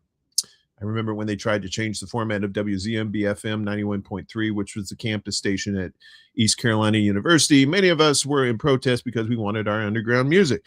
What, Willie? You stop it, you perpetrator. You don't, how dare you not instigator. like Willie Bragg is an instigator. He is. He's a dirtbag leftist. That's what he is, Mr. I don't like light jazz. How dare you? Have you not been stuck in an elevator, Willie? Come on. But Monday's filing marks the first serious legal involvement between the two entities. Baumgartner and crew are asking not only for transparency surrounding Bloomberg's so-called plan via the release of public records, but also for CSU to invalidate the operating agreement between them and IdeaStream. What's up, Kate? Good to see you. Good morning to you. And Amber, too. What's going on, ladies? What's up, Good to see y'all. Yep, Yipper's in the house. He was mentioning something about Greenland as a major Inuit population facing colonial problems. Yeah, of course. Even in 2026, colonizing, it's in vogue. So their claim is that Bloomberg and Cleveland State knowingly violated civil rights law when it held supposed private talks with and without IdeaStream to figure out how it could do away with WCSB. A discriminatory practice, the suit alleges, that targeted WCSB DJs because of the content of their speech. If the suit progresses, Cleveland State could reach an agreement or proceed to a trial by jury later this year or in 2027. I love how those how the swift courts, right? You got to wait at least a year. Both CSU and Baumgartner refused to comment. If the DJs are successful, it's possible that the thousands of items still locked on the fourth floor of the campus international building, from Hungarian records to vintage comic books, would be returned to the students and volunteers that once had access to them. Wow. Yeah. I mean, this is, I mean, good on the students and their supporters for not letting this go. It would be real easy to let this go. Yeah, because I mean, you're only in college for a certain amount of time, so a lot of times people would just be like, "Oh well, it was a good run," and then and then move on. But a lot of these people in the community too are getting involved too, right? Yeah, and I mean, I think it's fantastic. I think it shows the value of this station. I think, sometimes I think people don't speak up until they lose something. How many times, or until it affects them. Yeah, until it affects them. They just don't. And it's one thing that I've learned being in this space and doing, radio shows and that sort of thing, is people don't always speak up if they like what you're doing. Unless they meet you. Oh, you really helped me out with this, or you really inspired me to do this. Or, I remember being at a wine bar once, and a guy next to me, I had a show about wine on a local radio station, and I'm sitting there talking with the staff, and the guy next to me says, "By the way, I love your show." And it's like, and they weren't even calling me by name, but he recognized my voice. And it's like, and so people don't always realize how much these things mean to people. It would be great if people spoke up a little bit more. I would just encourage, I'm not saying that for us, I'm saying for anybody, if there's somebody in a space that's doing this sort of thing, letting them know that you appreciate their work is great. But what is really kind of cool is just seeing this community rise up and saying, we're not letting this go. What happened here was plain wrong. This was disrespectful. It is not the way you raise up the next generation of what are supposed to be leaders. It's emulating poor ethics that this university is really disgraced itself. This is a testament to Gen Z on this too, that they're not willing to just roll over and take it.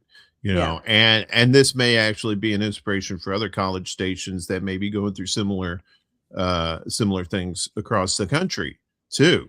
So if they don't step up, then who else will? But if they do step up like they've been doing, then others see that and go, we can do that's it. That's why they try to quash stuff like this, so other stations won't do the same thing. I stopped voting because I stopped trying to choose between two crap sandwiches. but so, and I think a lot of people have gotten out of politics altogether, and if they are still in politics, they recognize themselves as independents, right? Yeah. And so we have a new poll out. We knew there was a good number of people who were independents who were sick of the two-party duopoly, but a new high of 45% in the United States. I found this, Uncle Warren. I'm like, whoa. Yeah. So this is from Gallup. Gallup. 45% in the United States, almost half, identify political, and I'm not surprised.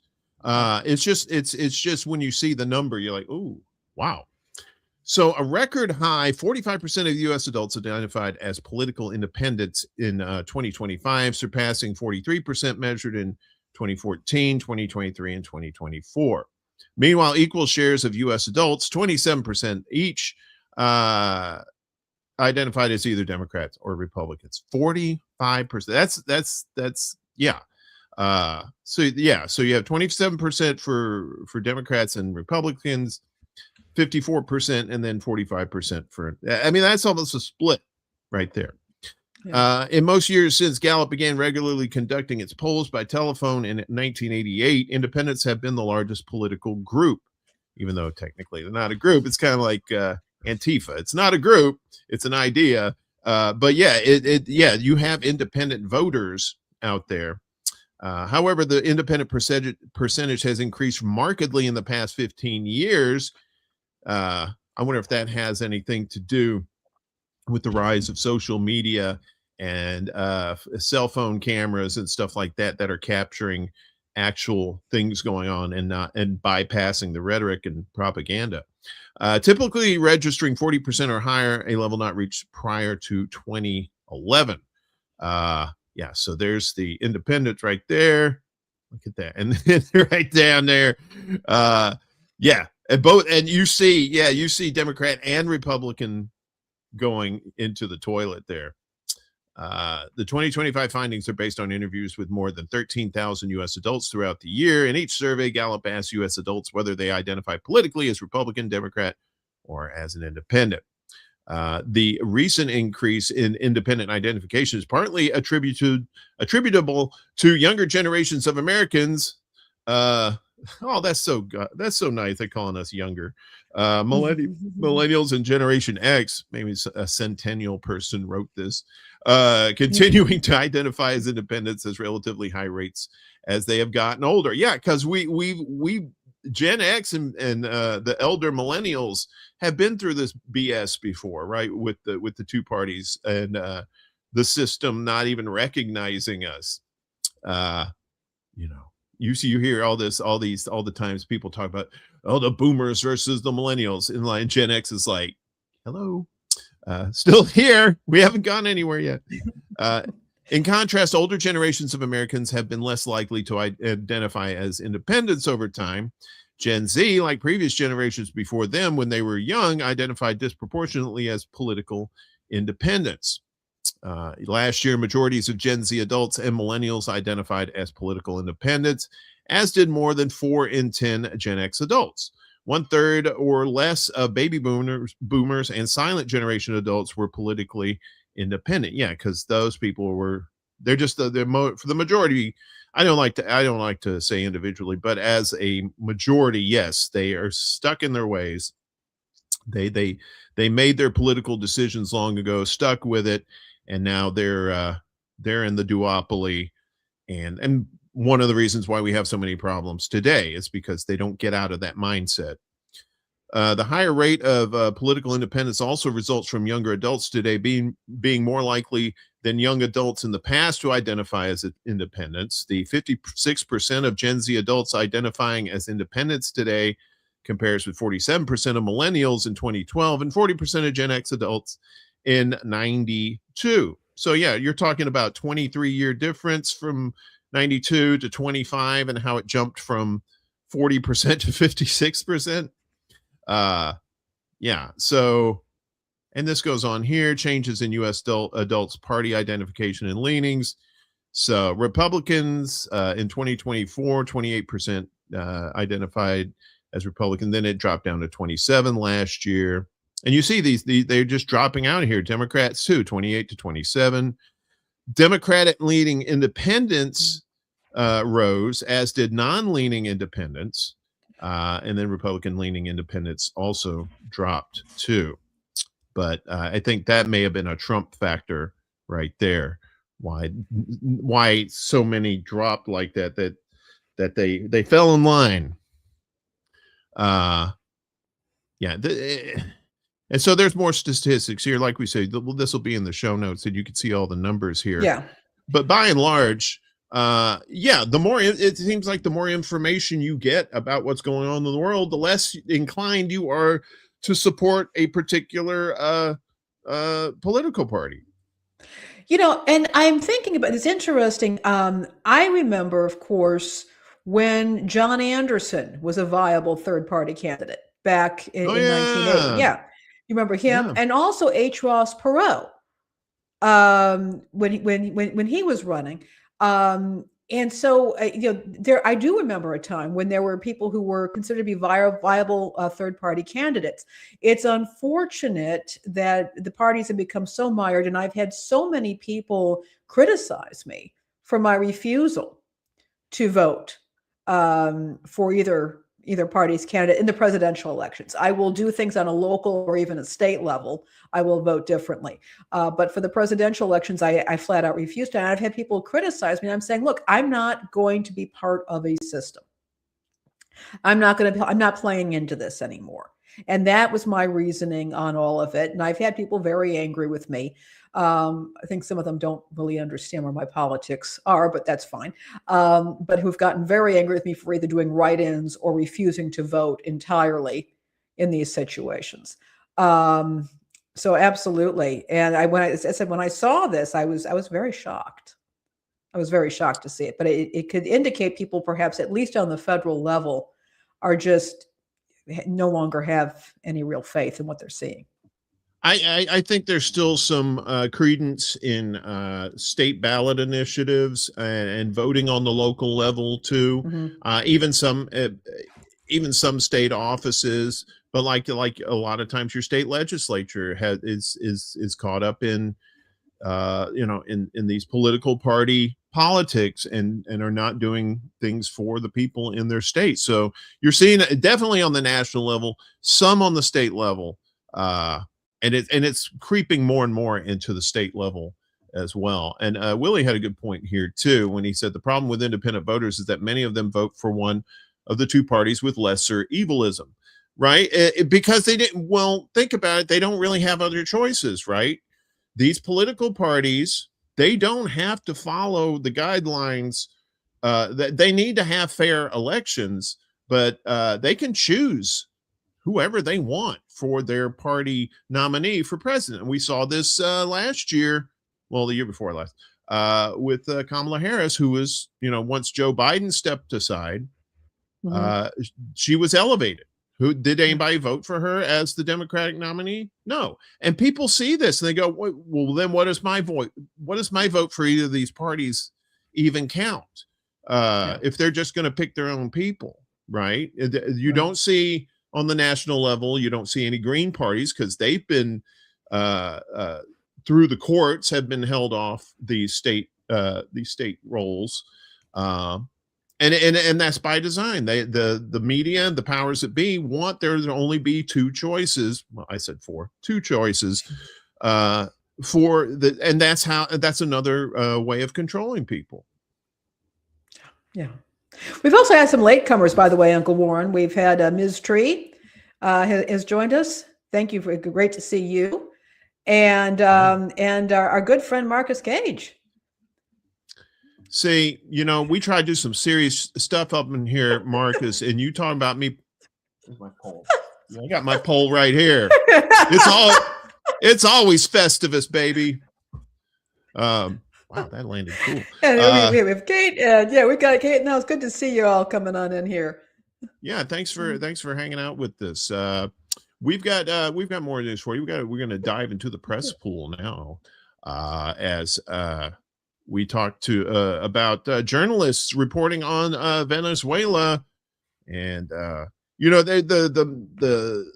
the Pentagon is limiting reporters in what they can ask, what kind of questions and stuff that they can ask. I think that was like last year. There was a story about that, but now you have press freedom groups who want to drop the subpoena of journalists over reporting on a Venezuela attack. So what does this mean?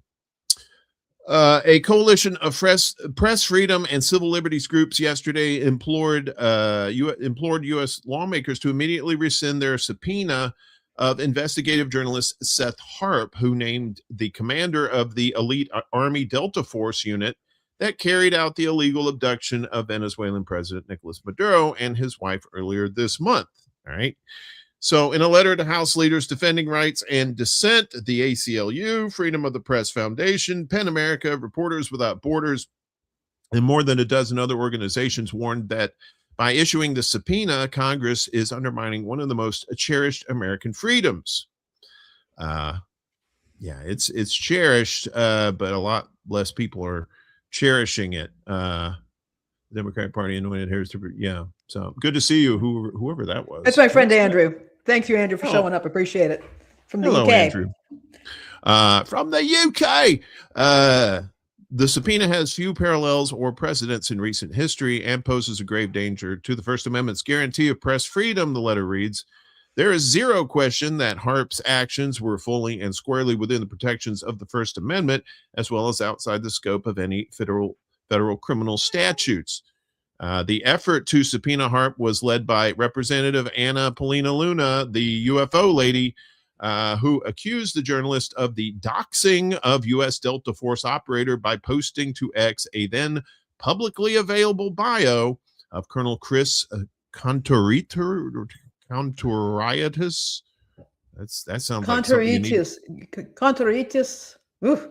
That sounds like something you need to get a salve for, put a little cream on it. Yeah, you got the counteritis.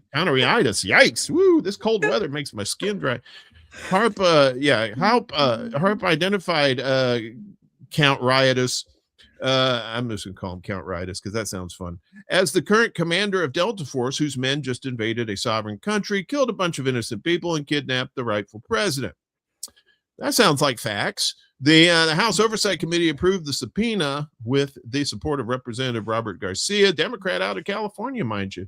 The panel's top Democrat in a voice vote last week. See, that's another reason why people don't like the duopoly, because they end up a lot of times working together for nefarious reasons. The Tweeters, X, a platform owned by self-proclaimed free speech absolutist Elon Musk, locked Harp's account and required him to delete the post on Count Riotous before he could regain access. Luna also referred Harp to the U.S. Justice Department, urging it to pursue criminal charges against him, even though this was, folks, doxing is when you're providing private information about somebody. Typically a person who's not sorry. No, go ahead. No, I was going to say, typically it's a person who is not a public figure. This is not a person who's in a position of power. This is somebody who says something that you don't like on the internet. They're just, they're a local teacher assistant or something like that. And you go in there with the purpose of making their lives miserable. This is not somebody who is a commissioned officer in the military who was involved in a very public abduction and interference in another country. Yeah, and that's the point they were trying to make. This is all public information, and this Luna person, this lunatic, if you will, is trying to pursue criminal charges that aren't going to happen because they didn't break the law. Harp, an Iraq War veteran who authored a book exposing crimes committed by U.S. Special Forces units, dismissed Luna's doxing accusations, said the identities of military officers who participated in this illegal and provocative act of war against Venezuela are the legitimate subject of journalistic scrutiny. Yeah, exactly. I'm not the only one they're going after with these bogus doxing allegations, Harp wrote on Twitter. but they would have to radically restructure the fundamental architecture of U.S. law to criminalize reporting the names of government officials involved in breaking news stories, especially when their name was already public.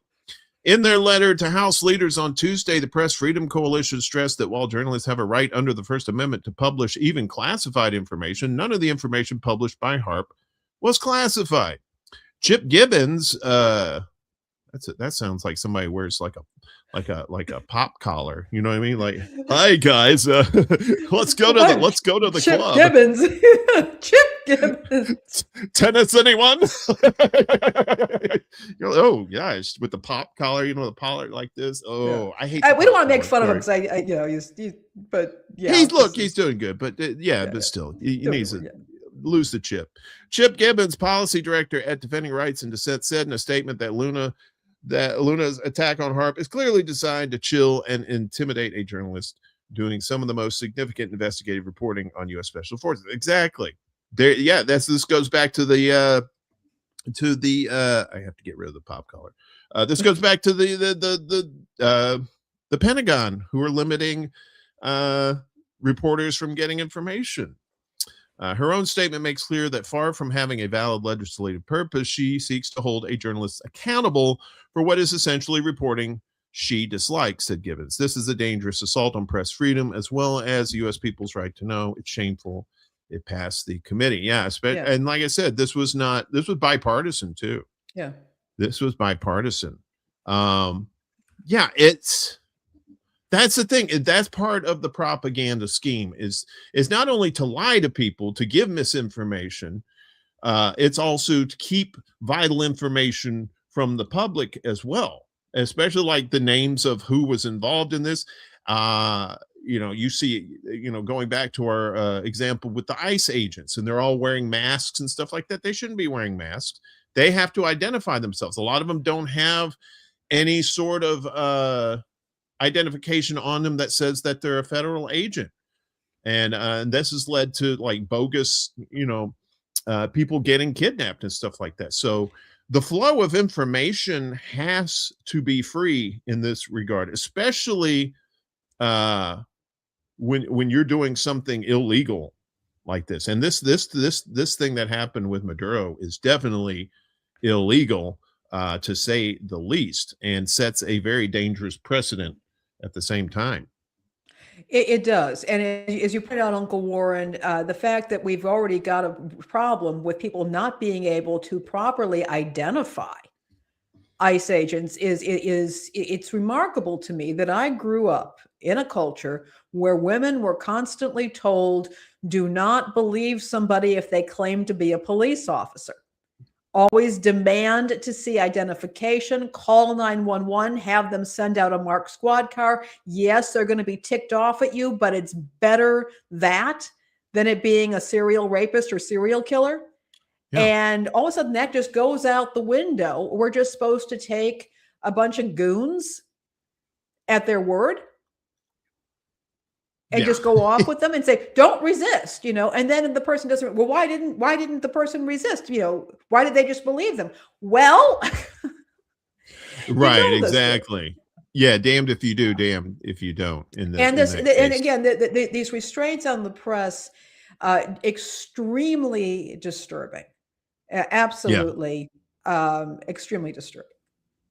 Well, yeah. And now, in this story here that was coming up, it said reporters reached out for comment. They were accused of stalking and intimidation. Yep. So now they're using these other tactics too to keep people from asking questions at all. Yeah. So this summer, colleagues were reporting out a story about the Department of Education's final mission, its effort to undermine public education, even as the Trump administration worked feverishly to close the agency. As we do with all stories. So where is this from? This is from ProPublica. Okay. So as ProPublica does with all stories, the reporters reached out to those who would be featured in the article for comment. And so began a journey that showed both the emphasis they place on giving the subjects of their stories an opportunity to comment, as well as the aggressively unhelpful pushback they've faced this year as they sought information and responses to questions. Megan O'Mat's a A reporter based in Wisconsin on ProPublica's Midwest team first asked the department's press office for an interview in mid-August. At the same time, they emailed top administration officials who are making crucial decisions within the agency, including Lindsey Burke, Deputy Chief of Staff for Policy and Programs, and Meg Kilgannon, Director of Strategic Partnerships. In response to the outreach to Kilgannon, Department spokesperson Madison Biederman told OMATS to please direct all media inquiries to press@ed.gov, their email address. Reached on her cell phone that day, Biederman said she was happy to look into the request. They asked for a response within a week. At that time, the published press phone number for the department appeared at all hours to be a black hole, with a recorded message saying it was temporarily closed. It still indicates that. Hearing nothing more, OMATS emailed the press office again August 18th and again August 28th with detailed questions. She left follow-up messages on Biederman's cell and on Burke's cell, including once on her husband's cell, as ProPublica tried to find a direct way to contact Burke. To ensure fairness and accuracy, it's their long-standing practice to try to reach those who are part of their stories so that they have an opportunity to respond to them. They'd rather get responses before they publish an article than after. Sounds fair. Reached on her cell August 29th, Kilgannon said she had no comment and hung up before OMATS could explain what they planned to publish about her and her work. She did not respond to a subsequent email with those details. On September 8th, still hearing nothing from Burke, OMATS reached out to the department's chief of staff, writing, "We have been seeking to talk to the secretary and to Dr. Burke. Can you help us arrange that?" A week later, ProPublica arranged for a letter to be delivered via FedEx to Burke's home, outlining what their reporting had found so far and to let them know if anything was inaccurate or required additional context.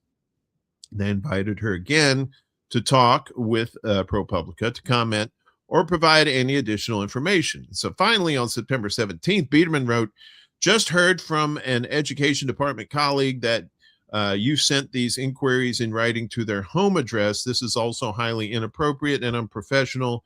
You have also reached out to employees on their personal cell phones, emails, and even reached out to employees' family members. This is disturbing. Do not use employees' home addresses or relatives to contact them." The emphasis was hers. They're the family members. ProPublica replied the following day that it's common practice for journalists to reach out to people that they're writing about. In fact, it's our professional obligation, OMATS wrote. Biederman responded, "Reaching out to individuals about a work matter at their private address is not journalism. It's borderline intimidation. In today's political climate, it is particularly unacceptable. We received your inquiries via email, phone calls, text messages, both on work and personal email addresses, and have made a conscious decision not to respond, as we have every right to do." But it's as someone who has really worked as a journalist at one point in their life, yeah, you can contact, if you have that contact information, as long as you're not badgering them, you can contact them. There's nothing wrong with that. You're not entitled to a response from us or anyone ever, Biederman wrote. Well, that sounds very mature. To be clear, at no time prior to this email did the department tell OMATS that it had received her inquiries and would not comment. So they just ghosted this person. This reporter. The article ran on October 8th, about 2 months after they first contacted the department. The world has come a long way since the days of All the President's Men and Spotlight movies that favorably portrayed journalists knocking on doors and trying to reach sources to tell important stories. In those cases, about the Watergate break-in that led to President Richard Nixon's resignation and the abuse scandal that enveloped the Roman Catholic Church in Boston and beyond, respectively. Trump has labeled his administration the most transparent in history, about as transparent as muddy water. But at the same time, agencies in the executive branch have taken down data sets and pulled down public information. Yes, we've seen that they pulled information off of websites, particularly like the DEI stuff too. But there's other information too that they pulled off too. So Trump called the press fake news and called individual reporters derogatory terms. Basically, they don't like it when you do your job as a journalist.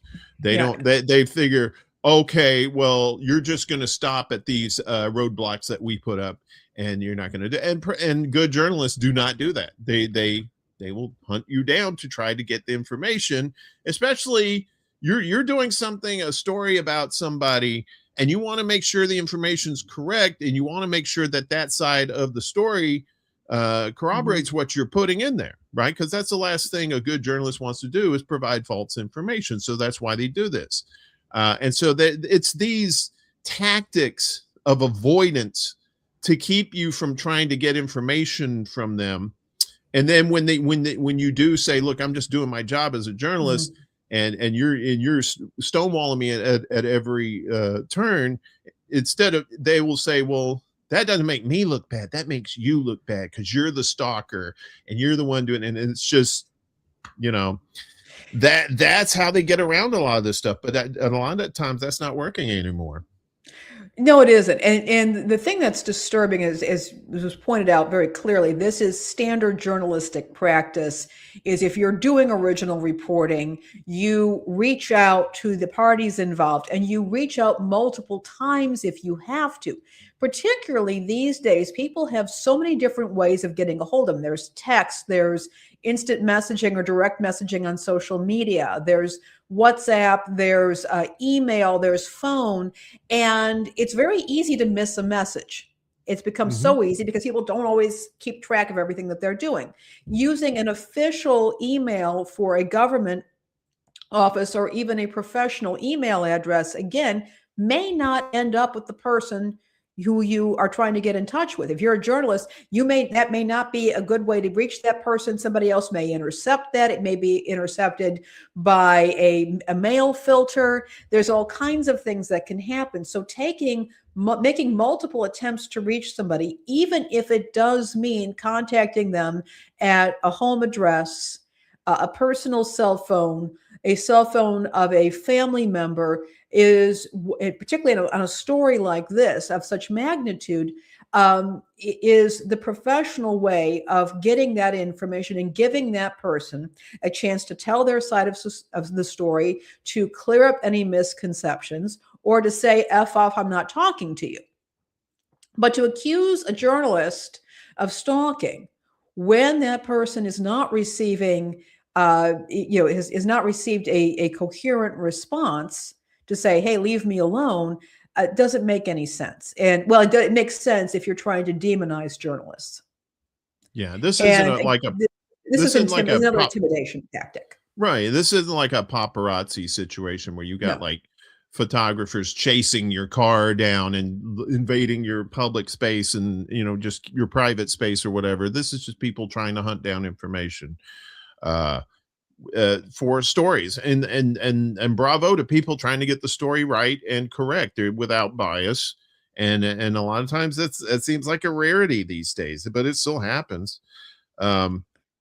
What's going on in Pittsburgh is kind of bizarre though here with we've been seeing paper newspapers go away and become digital or just fall by the wayside altogether. So and now we have this in Pittsburgh going on is will Pittsburgh become America's most important city without a newspaper? So as it says, one of the country's oldest newspapers, the Pittsburgh Post-Gazette, says it's shutting down in May, not going digital only, just disappearing. So it's going away altogether, but the delayed closure could also spur some long delayed action. So Pittsburgh is the 28th largest metropolitan area in the United States. It has a proud history as a center of industry. It is the steel town. And just a steel town girl on a Saturday night. Sorry. Had to go into Michael Cimbello there for a second. And has transitioned into a major hub for medicine, robotics, and academia. It's home to 10 Fortune 500 companies. More than 38 states can claim. And its big three sports teams have won 18 championships. And soon it'll be the largest American city without a real daily newspaper. to today, or what was this? This was January 7th. So the Pittsburgh Post-Gazette, one of America's great newspapers, has proclaimed on its front page for decades, announced it'd be printing its final edition on May 3rd, but that's not so it can boldly embrace the digital future. It's to shut down completely. So Block Communications, the company that owns the newspaper, has been controlled for more than a century by the Block family, said it had lost more than $350 million running the Post-Gazette over the past 20 years. Wow, $350 million. And the realities facing local journalism make continued cash losses at this scale no longer sustainable. Why today? This morning, the Supreme Court denied without comment the newspaper's appeal of a federal court ruling that found it had improperly violated the terms of its main union contract by making cuts to workers' health care plans, among other things, in 2020. Those cuts then sparked the first newspaper strike of the 21st century, which lasted more than 1,000 days. The strike was incredibly divisive. The initial News Guild vote to strike only passed 38-36, and a majority of the newsroom remained at work. But after a series of rulings in the union's favor, a November court order finally ended the strike and sent the remaining strikers back to work. The blocks today said the court ruling would require the Post-Gazette to operate under a 2014 labor contract that imposes outdated and inflexible operational practices unsuited for today's local journalism. The loss of the Post-Gazette would be awful. It's an above-average metro daily that has done a lot of good work. While there are debates to be had about what it means to be a city without a newspaper, the largest thus far is probably Youngstown, Ohio, another Rust Belt burg just across the Ohio line. But Metro Pittsburgh's almost 6 times the size of Youngstown. This would be a new scale of loss. As far as this is concerned, like with $350 million, that seems, I don't know. That sounds like BS to me, but I mean, I guess I could see that. It sounds like mismanagement to me. That at some point, that this should have been caught earlier. If this was happening, that this should have been caught earlier, and action could have been taken. It's very disturbing. I mean, again, they're not even getting a digital edition anymore. And the impact, as we've discussed on this show, I don't know how many times, the impact of losing local media, true local media, is devastating to communities purely on a trust level. If people aren't getting actual reporting on a local level from people who are trusted, from journalists who are trusted, it sets people up against each other. You end up with more division. People get angry with each other. Well, this is what I heard. This is what I heard. Was anybody at this city council meeting? Well, nobody was there reporting on it. And I would also say that I think that print journalism has a very specific role, as does broadcast media. They have their lane. Print journalism has its lane. And one of the things about print journalism is that it's not 24/7. It's not happening in real time. And what can happen is you get the reporters out there, they're reporting on the TV or on radio, podcast, or they're doing new media, whatever. And that's great. They're seeing what's happening. The print journalist gets to take that information, sit down and write it up.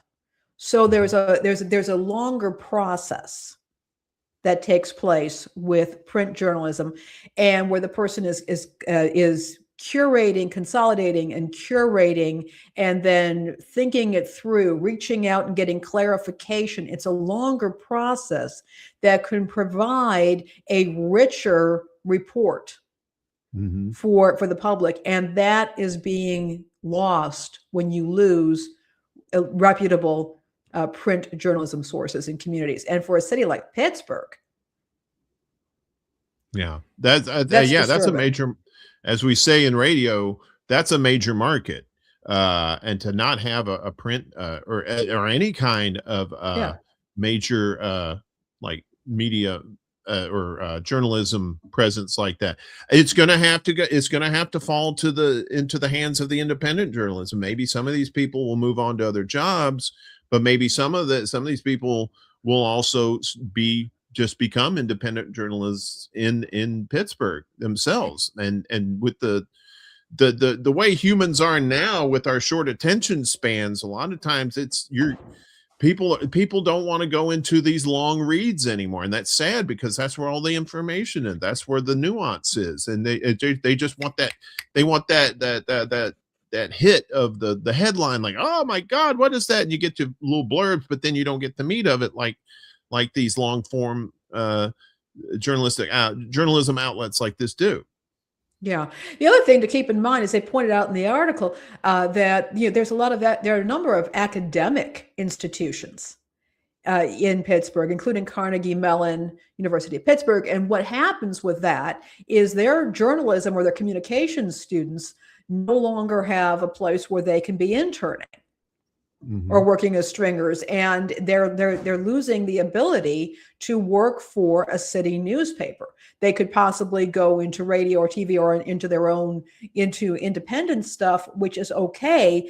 But there's something to be said for working in a legacy media outlet where you're getting that training, where there's a set of expectations that are going to guide you into your future career. So it is disturbing. I'm hoping they're able to work things out. Yanina from Erase Me is here. Good to see you. Glad you were able to make it. But you point out, like, the Sun-Times in Chicago. Yeah, the Sun-Times in Chicago eventually did go not for profit. It folded in with Chicago Public Radio. And it's strange enough, I think it's being printed on the Chicago Tribune's presses, which I think is hilarious. So there are options for these newspapers, and I'm hoping that Pittsburgh is able to work this out. But this is disturbing. It's not something that I like to see at all, for the reasons that you bring up, Uncle Warren.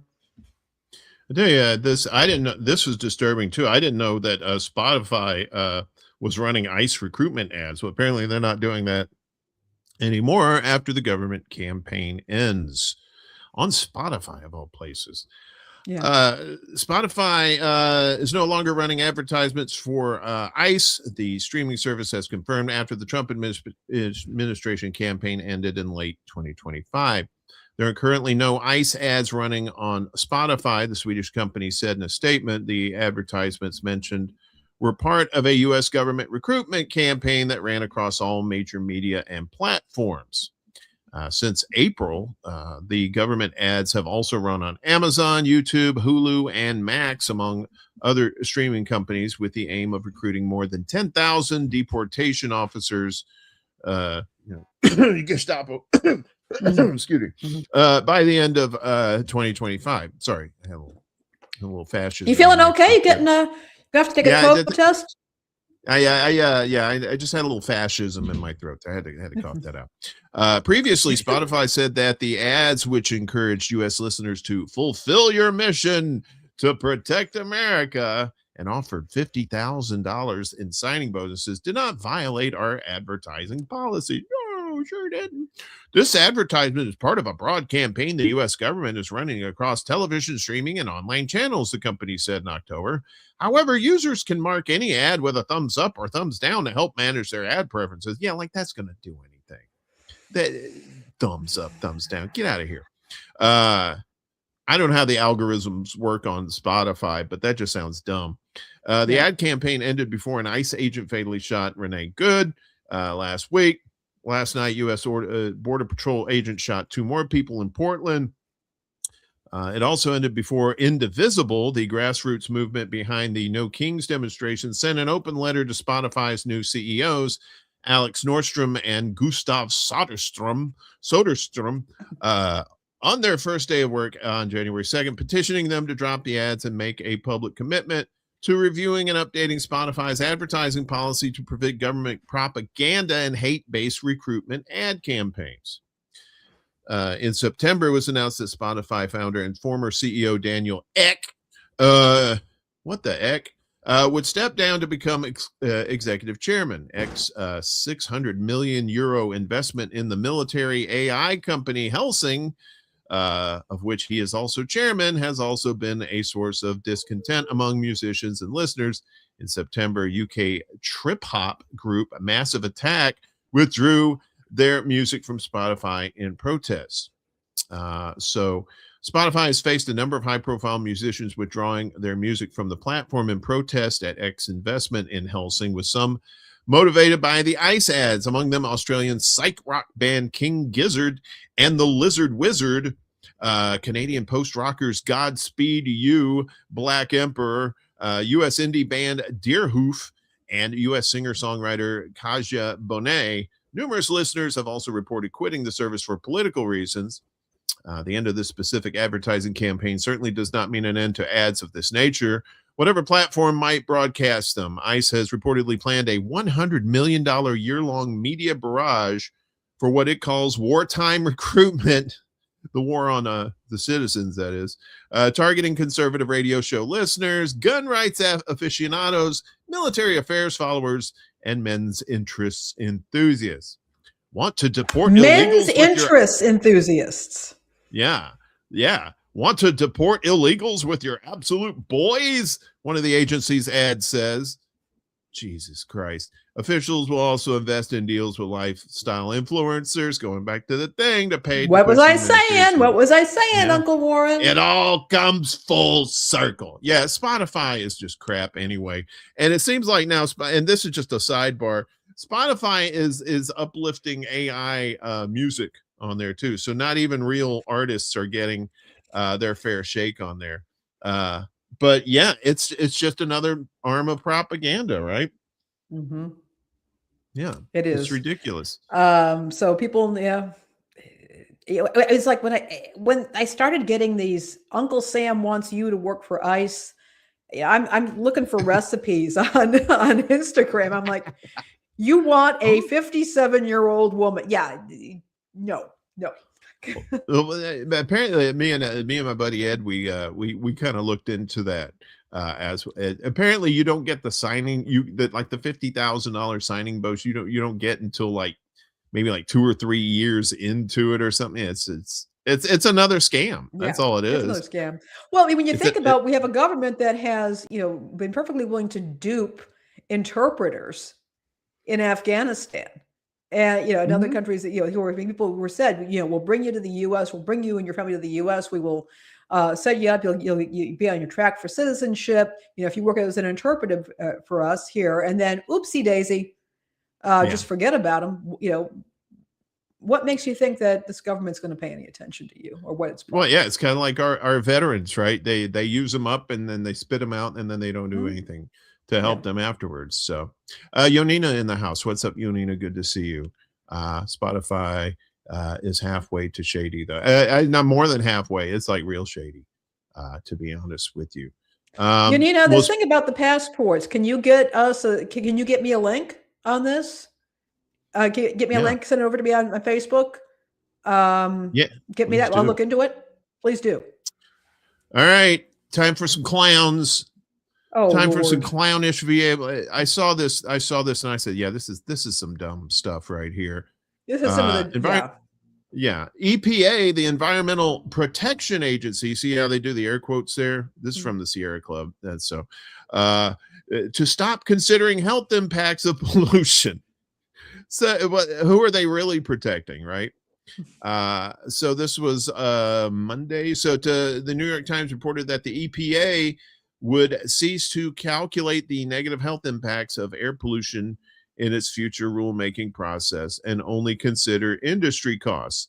On the EPA's website, the mission of the agency is to, quote, protect human health and the environment, unquote.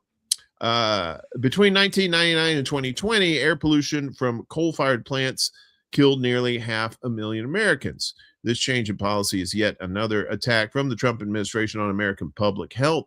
Lee Zeldin has announced his intention to roll back a number of life-saving standards and gave dirty coal plants hall passes to pollute while his agency works to dismantle bedrock public health protections. And everybody forgets that the EPA was founded by Richard Nixon. He's the one that started that. So you're like, oh, this is some liberal stuff. No, the EPA was started by a Republican. So in response, Sierra Club Climate Policy Director Patrick Drupp issued the following statement. Trump's Environmental Protection Agency is saying the quiet part out loud with this new announcement. They have no interest in actually protecting American lives and keeping our communities healthy and safe from toxic pollutants. The only thing Lee Zeldin wants to protect are the profits of fossil fuel companies, so much for making America healthy. While this complete betrayal of the EPA's mission is not surprising from this administration, Americans should be outraged that Trump and Zeldin have shown once again that they will always put the interests of corporate polluters before our health, our well-being, and our futures. Are you shocked by this? That they've already tried to dismantle the Department of Education, and now they're trying to do this with the environmental protection agencies. It seems like this is going to be that planet in Dune that Baron Harkonnen was running. Gidi Prime is what I'm geeking. Gidi Prime, okay. Yeah, I'm geeking out here. I know. So Gidi Prime. So if you're not familiar with Dune, so Gidi Prime is basically a toxic, just polluted planet that is nothing but industry, and everybody is just like, overweight and just, or if they're not overweight, they're just pale and just unhealthy. And I think they're trying to turn Earth into Gidi Prime. I don't know. What do you think? I think that they're trying to make as much money as they can while they're still alive. Yeah. Because, I mean, the human lifespan is not that long. Right. We're not along for, I think that they've calculated how many years they have to live, and after that's not their problem anymore. And, I think that might apply to like the older ones, the older people. Like, I got to get mine now. But I think maybe it's for me, I don't know, me being the paranoid person that I am, that these younger people know something's coming, that something devastating is coming. So they're trying to get as much as they can now, get into their whatever shelters or bunkers or whatever they are, and the rest of us can go kick rocks. So, well, I think that could be. I think some of them are just, normalcy bias, sticking their head in the sand. I mean, Occam's razor tells me that. But the other thing is, I think some of them, yes, do see something's coming, and they're going to get theirs, position themselves to what they think is going to be safety. But as I said, and I said this on Civically Minded years ago, I said, they're going to go to their bunker someplace, and they're going to have their gated walls, and they're going to have those Navy SEALs standing around, standing guard. But as I pointed out, these very fit, very healthy ex-Delta Force Navy SEAL Special Forces can very easily turn around 180 degrees. Mm-hmm. Yep. Very, very easy to do. So if anybody thinks that they're going to be able to escape something bad that's happening because they are going to be able to get into some kind of bunker or fortress or gated community, they have another thing coming. Yeah. Because, you're only as strong as your security forces are loyal. That is for sure. And they will have no particular reason to remain loyal after a while. No. Yeah. Because, once the apocalypse hits, money and crypto and none of that's they're gonna want food, they're gonna want water, and and that's basically where we're gonna be. Finally, today we got monkeys. You like monkeys? I love monkeys. I do. I love apes, chimps. I like the little spider monkeys that are crazy. I like the helper monkeys, that bring you drinks and stuff. Those are nice. So I'm always on the lookout when I'm looking for fun stories for the end of the show. And anytime I see it's just a rule of mine, maybe a law, that if it's a monkey story, I got to play it. So unfortunately, you got to watch it.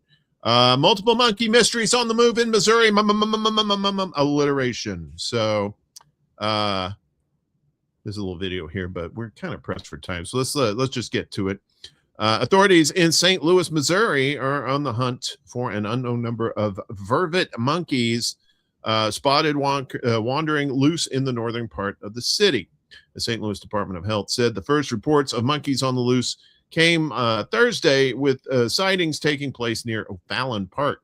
Original reports suggested there were 4 animals, but we cannot confirm an actual number at this time, only that there is more than one Justin Hauser, the department's bureau chief of environmental health, said in a statement reviewed by the New York Times, the primates identified by a St. Louis zoo expert as vervet monkeys managed to evade animal control officers over the weekend, although further sightings were reported.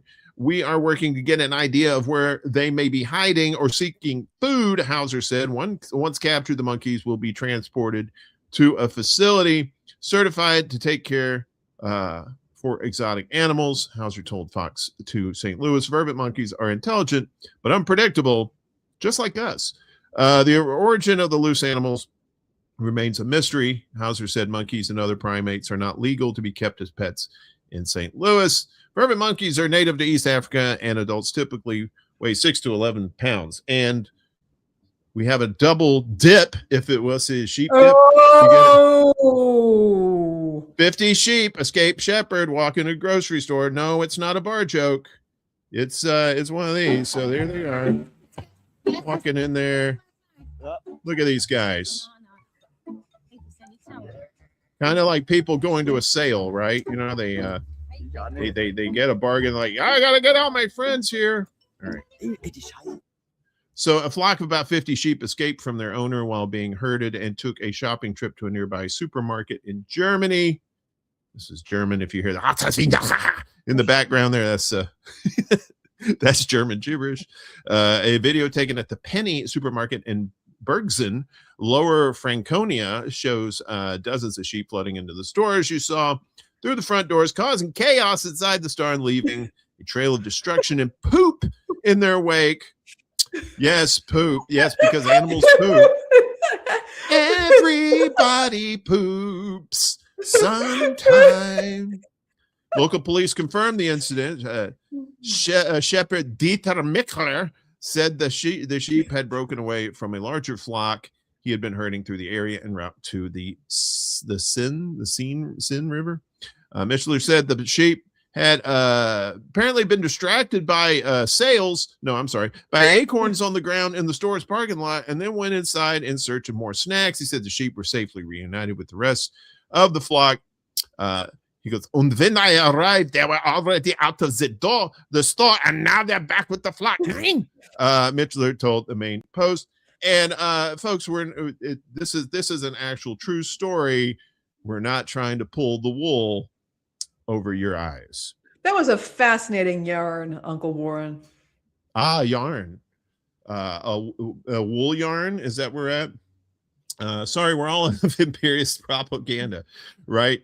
Yeah, there's so many sheep jokes that we could do, but we'll save them from another time because I know we'll have more sheep. And we'll be back next week.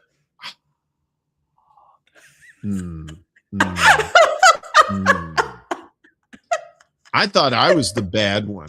You're supposed to be the brains. I'm badder than you, Uncle Warren.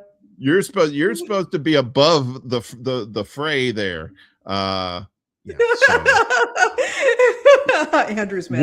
Will you please join us next week when we have another exciting stories and exciting adventures into bullshit across the spectrum. Yeah, that's it for us today. I want to remind people next week I'm going to have Jamar Jabari on Extra Bull Alive next Wednesday, a week from tonight. If you're not checking him out on YouTube or on, I think he's on TikTok too. I think he may moved over to Instagram. He's got some good political insights. We'll be talking about Venezuela and some other subjects too. Yeah.